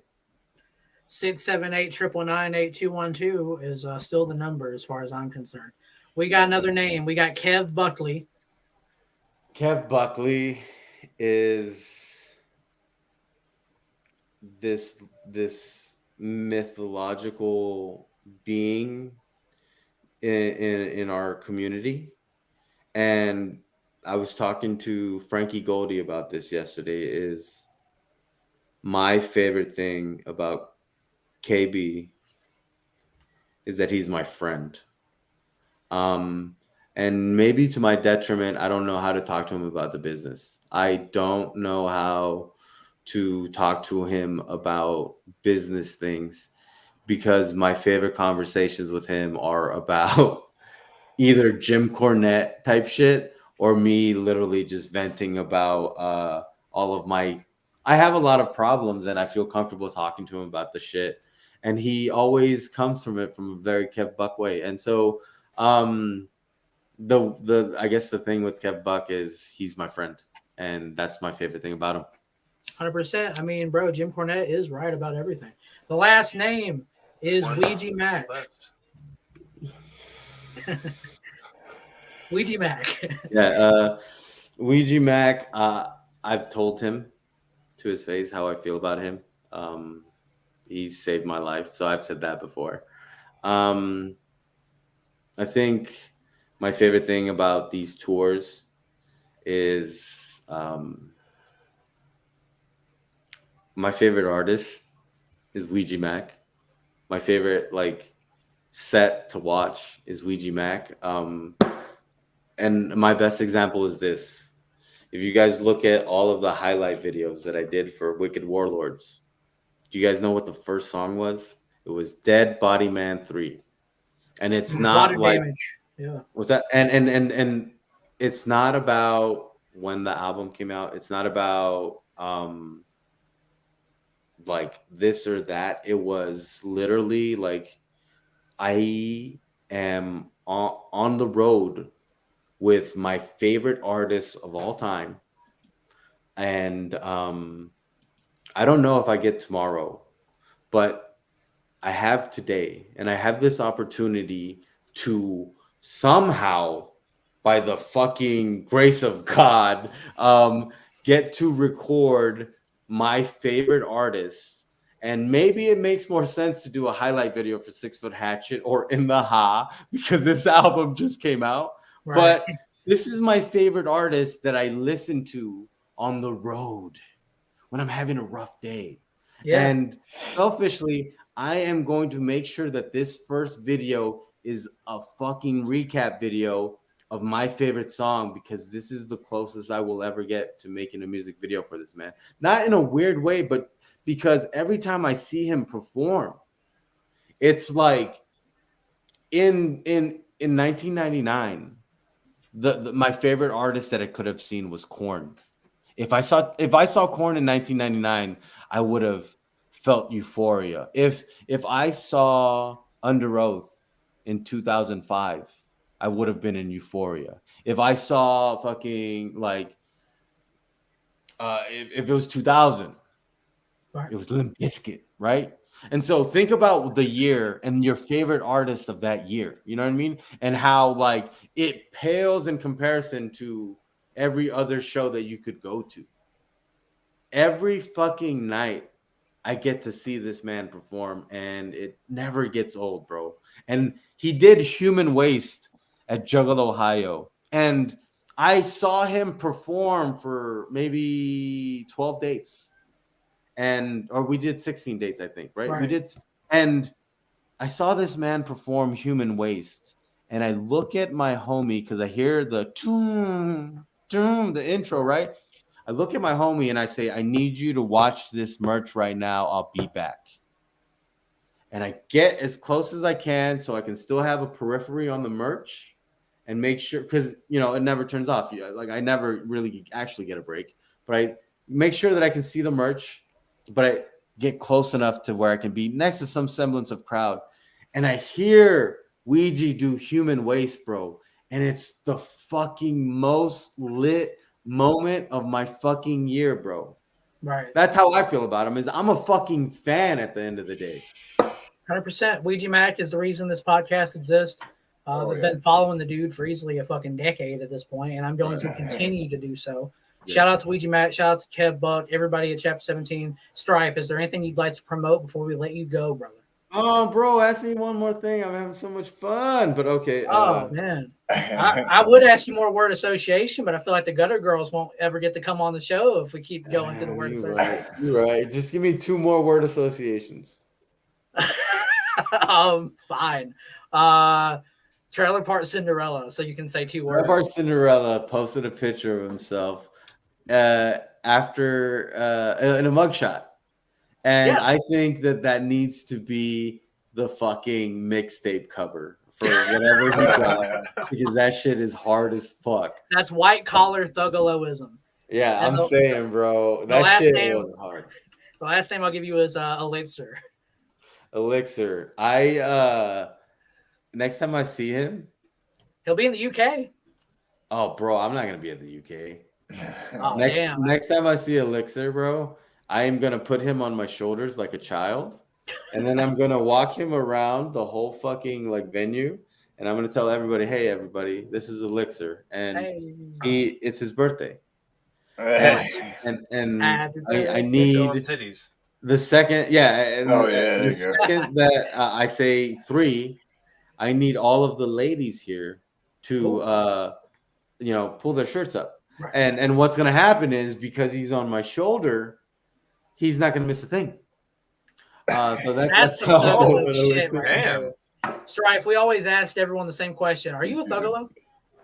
Strife is a Thuggalo. Hey. Go. I Am Atrophy is the album. Go stream That's that how shit. Frankie That's Gold is. .strife. Go follow him on Twitter at .strife. I've had all the shit scrolling at the bottom of the screen. Old school. I am Acetone. I am Atrophy. I am Abdomen. I am Abraham. I am all Applebee's. I'm Applebee's, bro. Go stream the Yeah. album Strife. Thank you for your Hey, time. We'd love to have you back. I probably should have shouted out a bunch of people's stuff, but I'm a knucklehead and I forget everything. But I'm sure my friends are doing a lot of great things. I love. I think everybody. they're watching you right now, dog. All right, whoop whoop. Whoop, Whoop, whoop. Whoa. Thank That's you. how Gutter Girls. Hell yeah. Shout out the Gutter Girls. That was Strife. Who's the page of the week, Oh, shit. Onstead? This week, pays of the week. Well, we've been saying it all night. Well, we kind of knew, but I think everyone wants to see these ladies. You guys see the image. You gotta play that shit. Yo, hold that. There Oh we go. my God. Oh my God. Ladies and gentlemen, you are watching the Thuggalo Show. We are joined tonight by, is it Maki? Am I pronouncing that correctly? Mackie. Mackie. Yeah, Mackie. Mackie and Riot, the Gutter Girls. How are you ladies doing this evening? Doing all right. How are you doing? Drinking I'm some great. shitty beer. Hell yeah. Well, I think you're wearing your Thuggalo Show hoodie, Riot. Thank you for supporting the movement. Thank you so much. Mackie, Yeah. thank you for coming on as well. You two are the Gutter Girls. Everyone within our community, I think, is familiar with the Gutter Girls at this point. Obviously, Oh, the yeah. Thuggalo, seen you modeling the merch. That was one of our most successful model collabs. So I have to say thank you again for Nice. No problem. feeling confident in what we do enough to promote it with your brand. So again, thank you for that. Fuck yeah. Thank you. Man. Let me ask this. You're the page of the week. I need to know this. Obviously, big Chapter 17 love radiates heavy between the Thuggalo Show and the Gutter Girls. And I feel like our community needed us to collab. Like, it just kind of had to happen. Hell yeah, the C17 Sots is super rare. Our community needed this collab. But how did the Gutter Girls get started? Like, was it Lainey Chantel's idea? Lady and I talked about, it was actually my idea, not gonna lie. I came up with Yum Yum Twins a while ago, and I was gonna drop that shit about a year ago. I put up the page Juggle Let Loose, and it became kind of popular, but I stopped running it and decided that I was gonna give it another go. After the fact that I talked to Lainey about it, and she had all these great ideas. So after she passed away, I was like, well, now I kind of feel obligated to put in the work to make this page nice for the fucking Juggalo community. And it took off, everybody's about it. Everybody's, like you said, everybody knows who we are now. Oh, yeah. Absolutely. When Lainey passed away, it was a huge blow to the community. How did it affect both of you? Because as I'm aware, you guys were very close with Lainey Chantel, correct? Bro, that shit still affects me every day. We see her.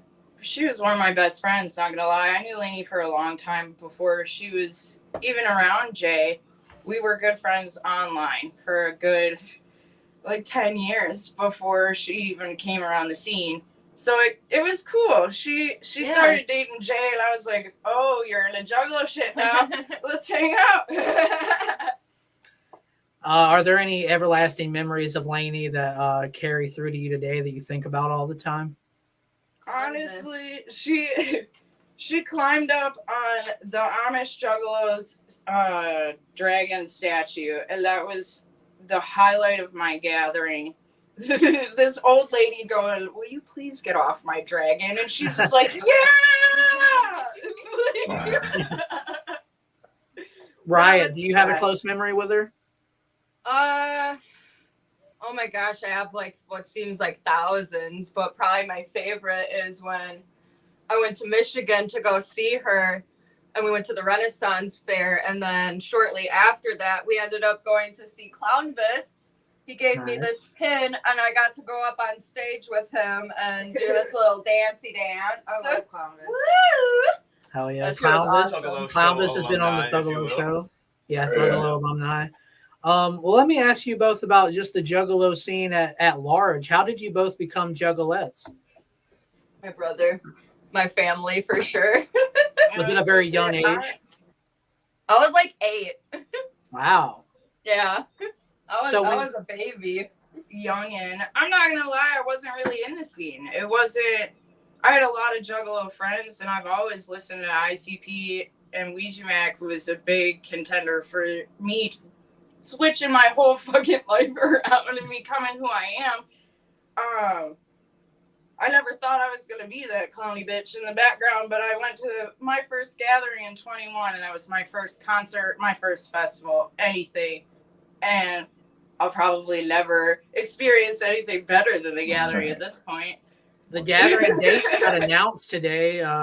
Do you guys know? Man. Right? Are you guys going to be there in full effect? The Gutter Girls at the gathering? Oh, hell yeah. I always gather, man. I'll be there. She's popping my gathering cherry. Oh shit! Hey, so I've heard or so I've seen speculation. However, it's so dope. What? that I'm a virgin. Of course, it's so dope that the Gutter Girls came on the Thuggalo show because, like, hey, right, like the community needed this. I think a lot of people always asked. They were like, "Oh, Thuggalo show, why aren't the Gutter Girls like involved with y'all in some way?" And I had to be, And especially since Right. they recently just hosted the Juggalo Valentine's Day special out in fucking Wisconsin. how was Yep. that hosting that It show? was amazing. It was awesome. It was something. lit, yo. It was something I never experienced before in my life. You guys did laughed fantastic, and by the watched way. it 'cause I'm not about that shit. People were throwing McChickens, I knew they were cheeseburgers. gonna Right. start freaking out, and Cheese I looked at her. everywhere. I gave her the look. Cheese Like a curds. whole ass Fucking piecing cheeseburger. out, man. And I went to the corner, and I almost got fucking hit in the face with a speaker. This bitch flew into me and knocked the table down. I was just sitting there like, hi. I got That is yelled so at. fresh. Had you guys ever hosted anything prior to that? No, I haven't. No, but I have performed in a few shows. I was gonna say before. I've been on stage. Yeah. I opened with Trauma Too Sick in the Pontiac show. Shaggy 2 Dope show. Yeah. Wow. Riot has that like Wisconsin accent where like It's I have a thicker boner, than my but I ass. don't. I don't know how to explain it. I am from Wisconsin, and I have never Wisconsin. Wisconsin. I'm from the Wisconsin. cheese state, baby. We got the best motherfucking cheese here. What is love it. Wisconsin known for besides Cheese. cheese? Packers, Right, cheese. beer. Cheese, Packers, and beer. What's the best beer then? If I were to ask a Wisconsinite, what's the best beer? I'm PBR. not a big fan of beer. As you know, I love Fireball. Fireball, sponsor my fucking ass. Yes, we need Fireball to sponsor the Gutter Girls. I think it kind of has to happen at this point. We'll manifest it. It's gotta fucking happen. I drink that shit daily, man. Well, what's I hate next? Fireball. What's next for the Gutter Girls? Like, But my favorite beer would probably be like PBR or Bud Light. I like that piss yeah, that's water, some man. Wisconsin shit. I told you, ONSTED. What's next for the Gutter Girls? Like, what's next? Like, you've hosted shows, you've done collabs with the Thuggalo show. Like, what's next? Like, what's next for you two? I'm really excited to announce. We're announcing our final model for the year this month because I'm not. I'm not trying to have a whole bunch of models on my team Yeah. like that. That's too much. But I'm announcing our final model probably on St. Patrick's Day. We've got. Are we still doing the Little White show? Yes, we got the Little White show coming up in Joliet, Illinois. That is March 18th. But before that, we also have a little celebration of St. Patty's Day going on with Aaron Ramiro. So be sure to look out for us in Illinois on those days. We will be there. How did you guys get linked up with Aaron Ramiro? How'd that? He messaged me and then asked if I wanted to host the Hex show with Lainey, or not fucking Lainey, with Mackie. Oh my God, this bitch is on my mind.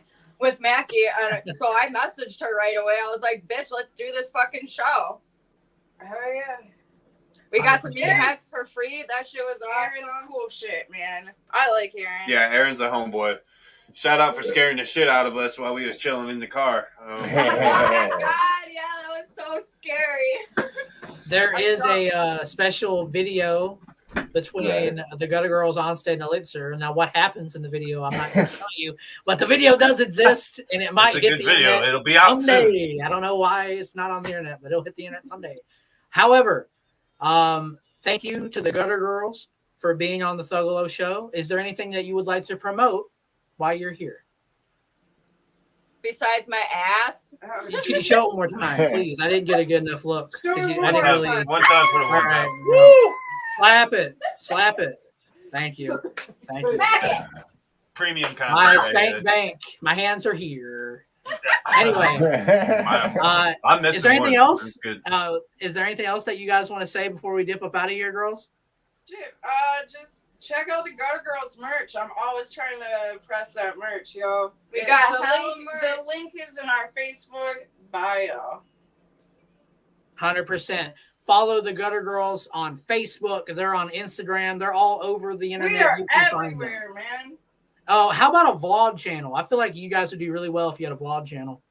What the fuck is it? Oh my gosh. She said, what the fuck is that? We're gonna vlog now?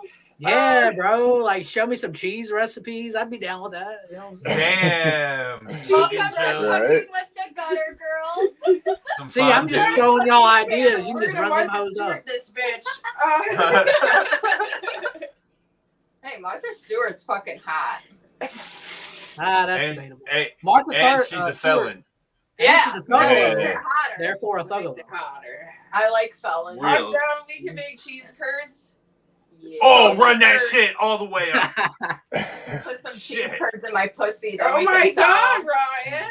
They are the Gutter Girls. More money. Where can people Hey. find this for scientific purposes? Scientific purposes. We need to test the cheese. Aaron Romero did say the Gutter Girls were unmanageable.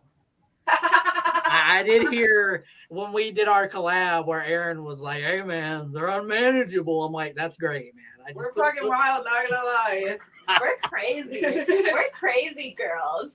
Hey, shout out to Gutter Girls. Last words, ladies, before we let you go. Mwah. Much Are you love to Thuggalos? guys. Are you Thuggalos? Fuck yeah!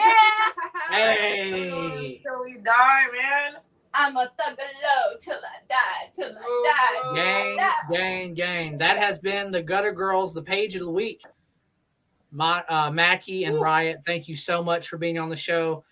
We hit the 2-hour mark, boys. It's been a hell of a night. Been a Strife long had a one. lot to say. Right? And we really didn't even get into Definitely. everything I wanted to say with Strife either. That's what's we can bring So, Strife back for Had a sure. whole half a book here on the notes page that we didn't get to. Dead I know, ass, right? bro. We Strife does a jumped lot. around There's- that. Yeah, there's a lot to talk about with Strife, so I knew there was going to be no lack of content for tonight. But thank you to the Gutter Girls for being on the show. They did excellent. Amazing to have them. Strife did great as well. ELIXIR, Fantastic show. are 2 you going to hours be long. on next week? Because I know you're going to the UK. I mean, shit, bro. I mean, we should be landing ideally on Thursday, Friday, their day. I don't fucking know how that works, but He's already got I jet mean- lag and ain't even done it yet. we're Well, the straight up. gathering is July 5th through July 8th. The 2023 Gathering of Juggalos, Wicked Clowns from Outer Space. You heard it here. You probably heard it somewhere else. You probably saw it as soon as you opened your Facebook app, your Twitter app, or your Instagram app. Hey, Fucking everywhere. next week on the Thuggalo Show. You ever heard of Scythe Gang 666? Well, King Zab is coming on the Thuggalo Show next week. So tune in for King Zab. This has been the Thuggalo Show. I'm Cheryl Part Cinderella.